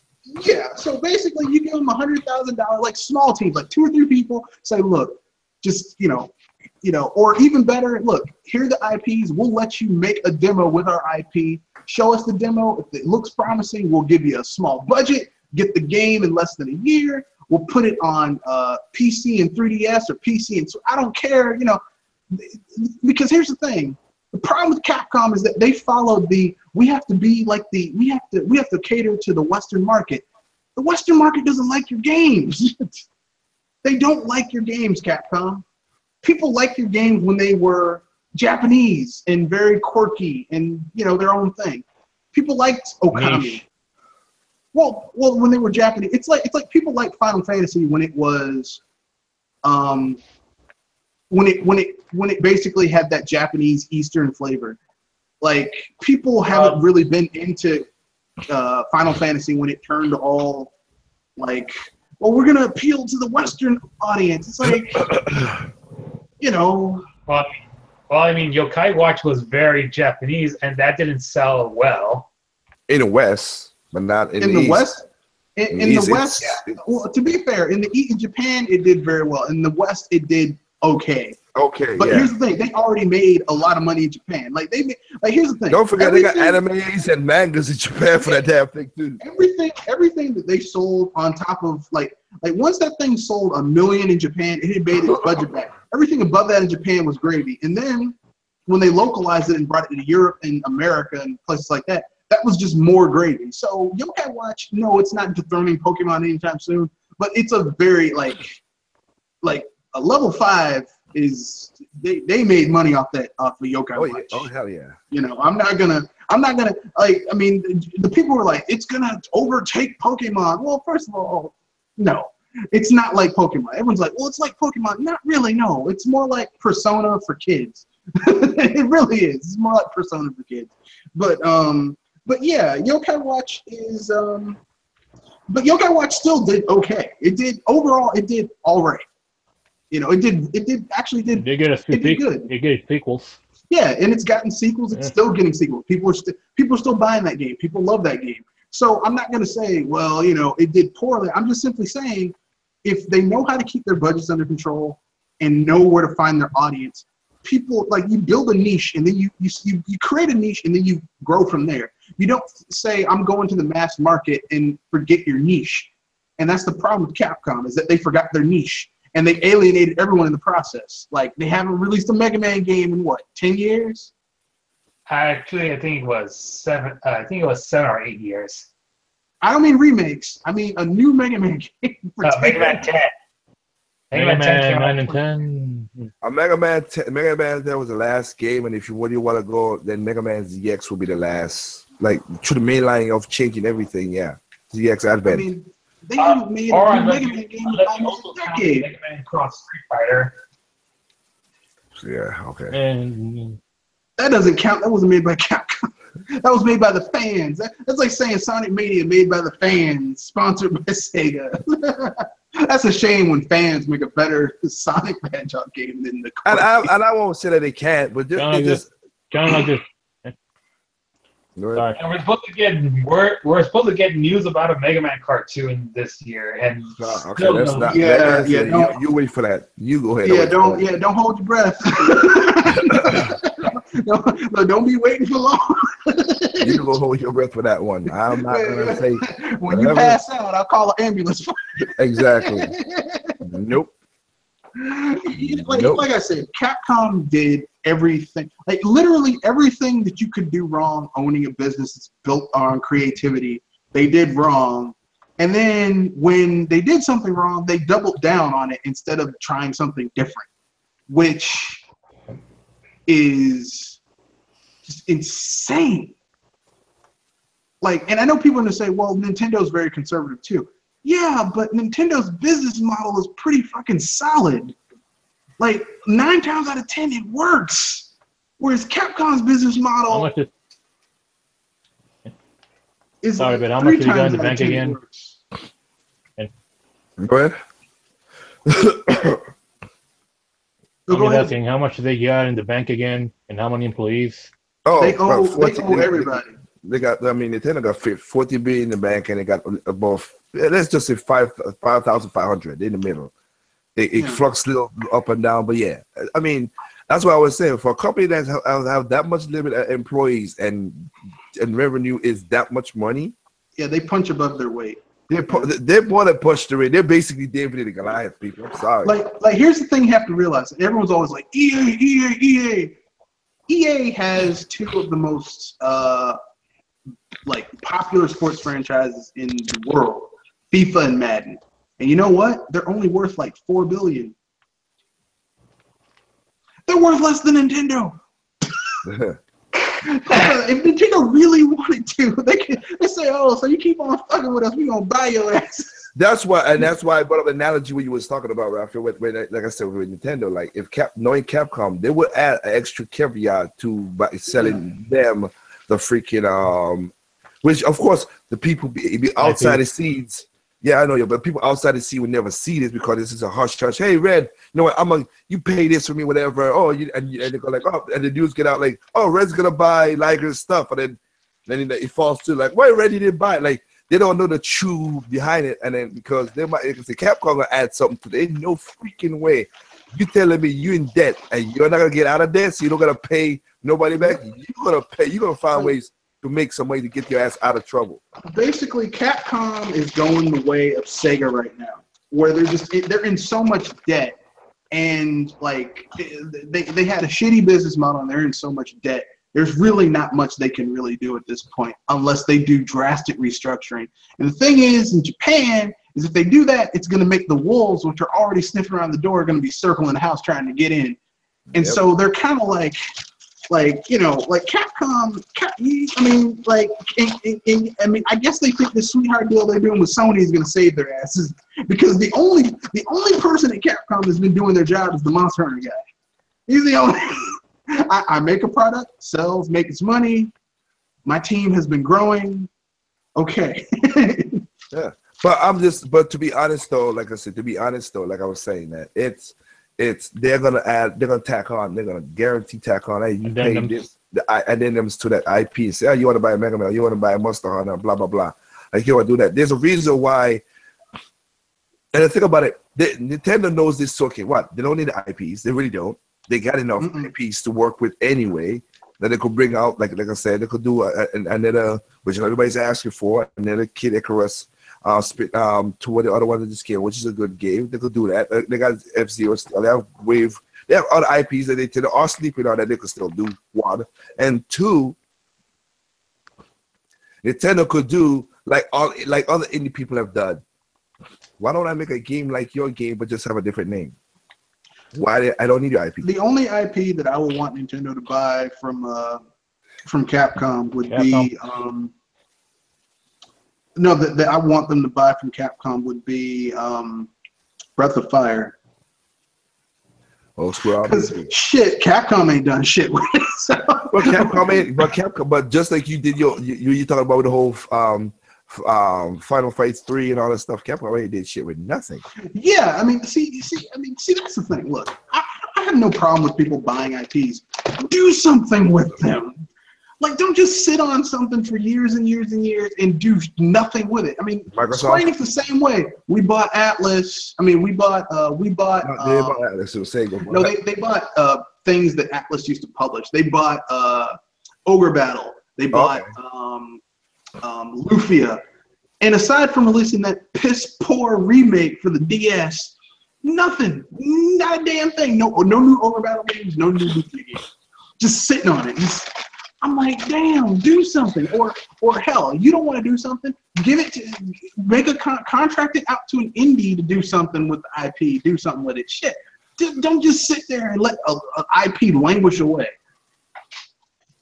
Got you. Well, here's what I was gonna say. They've done that, and we'll see what happens. But like I said, right now, I know basically if I don't look back, because I know he's basically gone. Yep, he is. So he's already out there in a line for a game that's going to be multi. I don't get it. But whatever, Sprite. I said it again. Now I'll say this. Over the bid where I came from, yeah, I was in line. That was for stuff that was needed, though. Water, medicine, that I'll be in line for. I ain't be in no line for no game. Those days gone. You saw my ass. Look, you saw my ass download the shit, didn't you? Exactly. Well, look, I ain't taking my ass out there with them people in the cold. It's cold right now. I know it's cold where I am. No, it's 50 degrees by me. Well, it's gonna get like 40 degrees tonight. So yeah, it's gonna be cold. So yeah. So I ain't doing that shit. But I got enough games to wait until Mario comes. Like I said, but because like my sister was asking. I like because she went to GameStop to pick up my Fire Emblem Special Edition, and she picked it up, and they were like, "Oh, pre-order Mario because you're not gonna get a game." And I was like, "Get the fuck out of here with that shit, please!" Like Nintendo's not gonna have enough of Mario. Seriously, dude. I mean, there was enough of Zelda before Zelda Switch. I read that. I still found Zelda Switches, Zelda Switch version, Breath of the Wild Switch version out when the Switch came out. I mean, I don't mean that. Like, okay, special edition consoles, I can understand those being like a limited quantity, but they're not gonna have enough Mario games. Are you seriously? Like Raphael said at the beginning, there's not a special version of Mario Odyssey, so there's nothing to go crazy for. So I know basic game. If someone comes up to me and says, "Oh, well, I couldn't find it," that's on you, man. I know.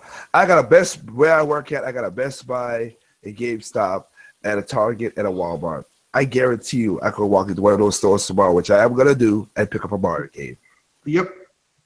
So I ain't going to worry about nothing. So right now, I've been playing my games and stuff. So before I end this up right here, because like I say, it's back, and like I said, you can hear me, I'm sick. So what I'm going to say is this. If you guys have not picked up the Shovel Knight, there's a special sale on it going on before the end of October. The Treasure Trove, which is all the things together. It's a good 20% off. Not a bad deal. I say go ahead and pick it up because that's a lot of content for that for Shovel Knight. If you like that, if you've been holding on that game for Switch. 1 and 2, a sleeper hit for me. I picked it up by just looking at the videos and saying it. And I have to say, it's a pretty good game. Me saying it, look at the other videos and see what it is. But even though the movie was shitty, The Mummy Demastered. The Mummy Demastered. That is a good game. It really is. Demastered. Yeah, I heard good things about that game. It's a good game. I picked it up on a whim, and I like it. I really do like it. It's a really good game. Apparently, it's 2D Dark Souls. From what I've been told. I know 2D Dark Souls. No. Everything is Dark Souls. I know, right? Everything is Dark Souls or something. No, it's not. No, it's not. It's not on 2D Dark Souls. It's just that Nah. what it is, it's a combination of it's a Metroid game. Metroidvania. Metroid, I don't say Vania. It's a Metroid game combined with Ubisoft's game again. What that game is again? God dang it. Prince of Persia. No. The one that came to the sold on the Nintendo console. Rayman. No, the shooting game. Zombie U. Zombie U. No. Zombie U. That sounds Yeah. cool. If you die, It's permadeath, right? it's permanent. Yeah. So you gotta go back and find. You turn into the zombie, and you gotta find your zombie. But of course, he's using your weapons to shoot you. So hell yeah. So you gotta. It's kind of like a Metroid. It's kind of like Metroid Fusion with SAX. Not the SAX, the monster one, but like SAX. When SAX is chasing you. According to the review of the game I watched, they recommend its viewers to not die late game because of how hard the enemies are. That's the whole point of the game. That's the whole point of the game, and I like it because they'll have your so if I get your skills, you know. Yeah. And the Okay, so if I got this right, Go ahead. if I got this right, we got a licensed game that doesn't really have much to do with the movie it was based on. No, it ain't. And That's okay. in its own That right, movie was Exactly. And is this sounds like Way Forward have done it again. Yep. That is a way forward game. And isn't this the first movie-based video game in the longest time? No. No, there are tons of. There are tons. There's a decent amount of movie-based video games that are good. It's just most of them are shitty cash grabs, and people you can tell. But when someone actually puts effort into it, you get something good. Like Spider-Man 2. Like Mommy Mustard. Basically. I was talking about because there was some kind of hiatus with movie-based video games in the past few years because they've been moving on to mobile games. Well, yeah, they know that because that's big loss. They did that because it's a lower ceiling because certain people just buying it for whatever. There's no, and also the budget will be smaller, and you ain't gonna put a lot of intricacies because gamers will be harsher on video games. That's just what it is. But it is. There are games out there. There are games out there that do it. That's been movie based and surprise people. It's a good game. But this game right here, like I said, Way Forward. Once again, let me not lie. It's Shantae, Pirate's Curse with a different thing, darker, grittier. That's basically what it is. But it has a permanent thing from Ubisoft with Zombie. It's pretty good game. I have to say that. I have to say. Surprise hit that this is Halloween. Yeah, I say yeah. That's why I picked it up. I played that game, and I have to say I played another game when I was down there because I don't play in that game anyway. I said, you know what? Let me try out this Kirby. What the Kirby is? Kirby Battle Deluxe, whatever it is, or Battle whatever. No. That's the Wii. That's a Switch game. I thought. You mean the one for the eShop? The eShop, yeah, it's a free to play, and you can buy it. I ain't buying shit, but it's that is also pretty good. I was surprised. I'm like, oh, okay. It's not like. I would say the Mummy Demaster is good game in my opinion, but the Kirby game is just a little bit below that. It's not up there, but it's low that. But it's still something that passes the time and I had fun and I enjoyed it. Time waster, yeah, and I enjoyed it. So that was also a pretty good game that I played. I enjoyed. So I was surprised by a couple of games. I'm like, you know what? Part of this game, beat this game. So yeah, it is. Demastered is. It's a game that you gotta just watch yourself, and you can't be going in there. The map has an issue, which I don't like. Coming from playing Metroid on Return of Samus, it don't tell you. It's good or negative.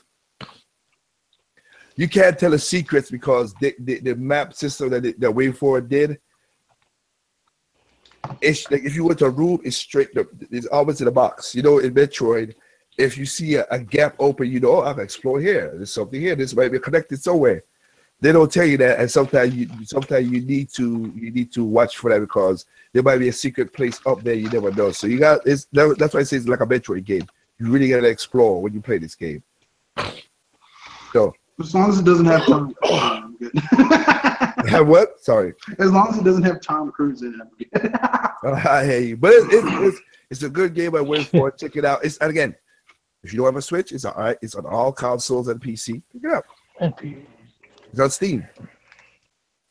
It might be a Steam sale for it because it's Halloween. So hey, check it out. See what it is. But it's a good game. I have to nod my head to it. So that's why I still like for the first 7 months of the Switch. Damn, I mean, I bought a lot of games for that damn console. Okay, yeah, Nintendo turned my wallet into their bitch. Oh, they fucked the rape it. They raped that shit. I was like, what you said Red a long time ago. You're like, hey Nintendo, how about if I just open an account with you? Just call it instead of the My Nintendo they have now, which is kind of shitty. Just do like the Nintendo VIP. You put down at least $100 in the beginning of the year, or when you join up, $100, $200, $300. And then you pick the games you want that are coming out. It's like I want this one, this one, this one. It gets delivered to you. Maybe for like $60 games, instead of you paying $60, you pay $50, so you get 2 for $100. Like, and you pick it, you choose what you want. It gets downloaded to your thing. Boom. If you want physical, it's going to be $60, but it's free shipping. Amazon doesn't want it. Or I would say add this to it, which I would be down with. Add this to it. If there's a special edition to the game, you get first dibs. Like you get first, it's like a pre-order. Like okay, this is like I said, Xenoblade Chronicles pre-order. Oh well, you put a Nintendo, whatever you just said, Red, and hey, I'm gonna get the special edition for Xenoblade Chronicles soon. Yeah, something, because let's keep it real. I've bought a few games for my PC, but really the Switch has turned my wallet into its bitch. Yep. So has I. Like I said, we both here playing Cuphead, and I enjoyed playing that game. As I said before, fun. Yeah. I was surprised that the ending boss was easy.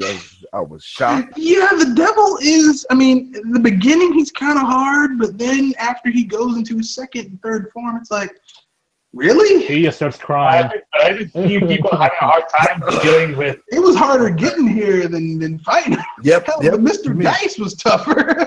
Yep. That bastard, Mr. Dice. Yeah, he was a pain in the ass. But my point is, Nintendo has I've played a lot of. Again, every year I always do the total of how much games I played, and I know for sure I passed 1,000 once again just for Nintendo consoles. I know that. I ain't gonna even lie. I already surpassed that. So that, for like I said, I'll say this. And there's already a couple. Can I just say this? Go ahead, Madison. Yeah, they put me in about $1,000 debt with the Wii U by the end. They did that in just the first 6 months. I think by the end I'll be in debt to them for about $500,000. I was just saying, Nintendo just doing crazy. What you gonna say, Raphael? Go ahead. I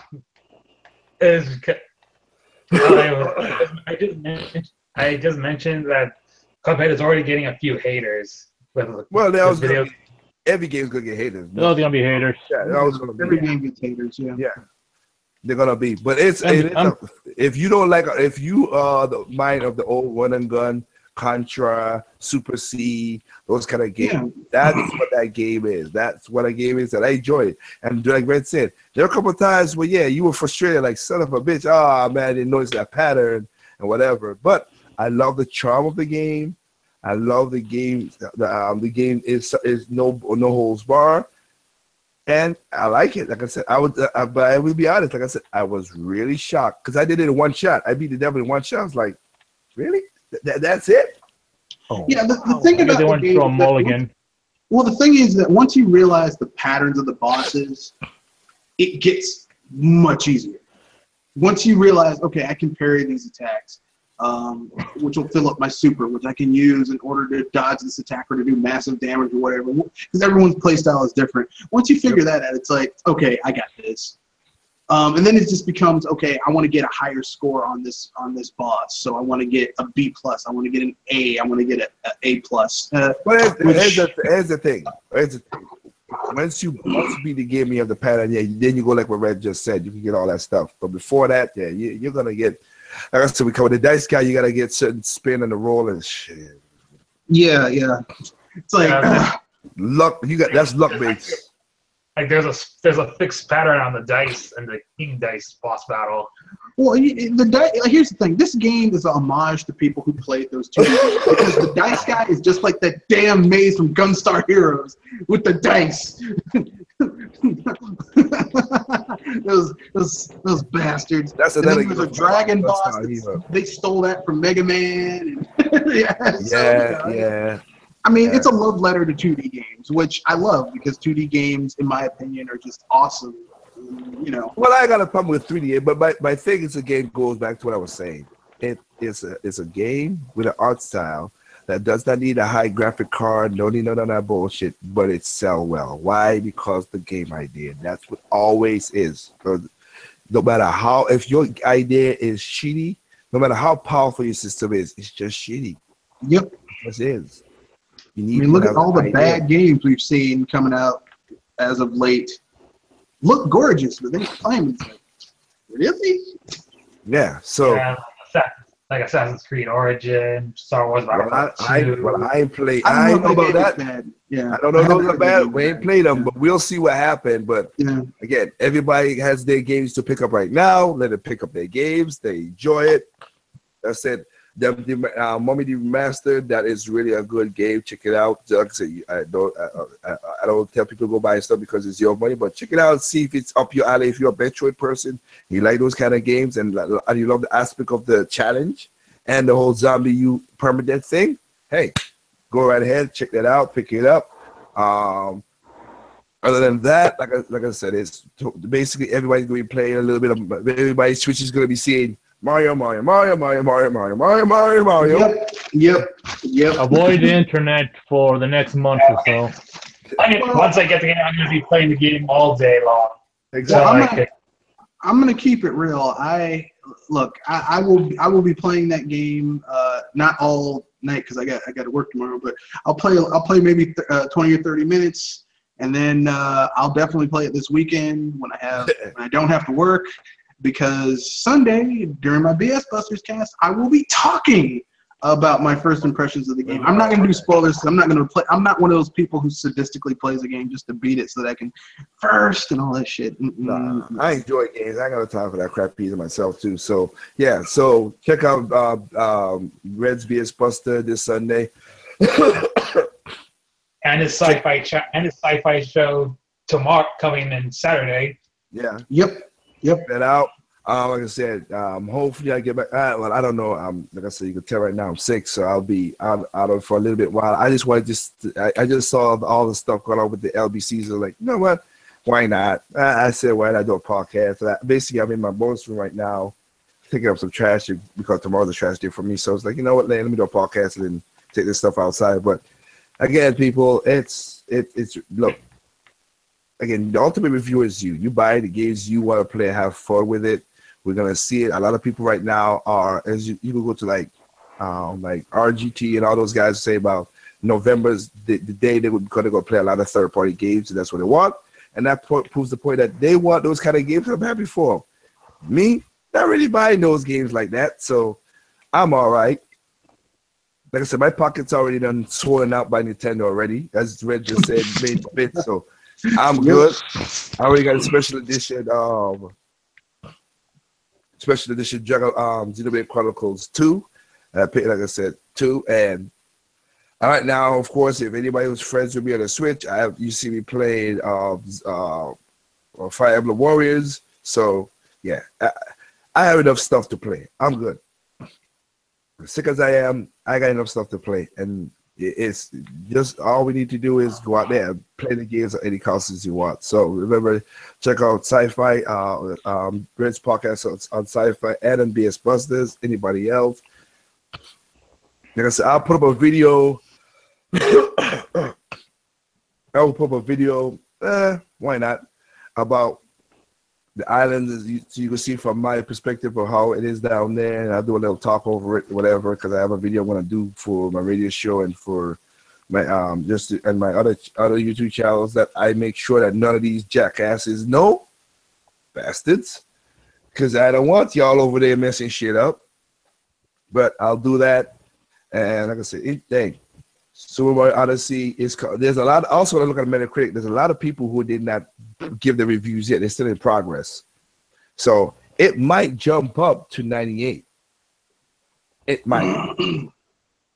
The one thing I will say this though, there's a lot of Nintendo games, even if they're down in the 75, they use the scores way up there because people just like. That's where it goes to where people, Forbes gave Nintendo saying Nintendo is the 4th most trustworthy company because it's just constant. Yep, know what you're gonna get every time. Yeah. So I was like Doc has said before, and I've said many times, I ain't gotta really worry about Nintendo. I just like to call people out of their bullshit sometimes because they're full of that. Because I've seen that other person talking about, oh, this would be the best, this would be the most amazing EA game in console history. I've been saying that a long time before this person said that. And I love that he took his man. Inside joke for Red and anybody else. I wish he didn't took that video down. Ooh, I would have hammered that ass like, oh man, like it was a bitch. Let me take a sip of my orange drink. I would have hammered that shit right there, but he took it down like, hey, shit, I told you in the Liger, it's all about making money. It's not about relationships and how people treat you. You know, it's all about you are even if someone screws you over, you just it's all about making that money. I approve. Wow. You know, but that's for another day. And if you ever release that video again, I will download that shit as quick as possible and just like remember what I said. But other than that, people, like I said, Mario Odyssey is coming out. If that's not your cup of tea, you have Assassin's Creed Origins and you have Wolfenstein. Pick up those games, enjoy them, have a good night. We'll catch you next time on the Endor channel. Again, check out Dr. Fugo's channel, Red's channel. And y'all, like I said, I know everybody for sure going to be playing Mario Odyssey. So, hell, enjoy it. Have fun, man. And you know what I always say? There's no perfect games out there. What's perfect to you is not perfect to me. What's perfect to me is not perfect to you. Simply enjoy your games on all consoles, even PC. Good night.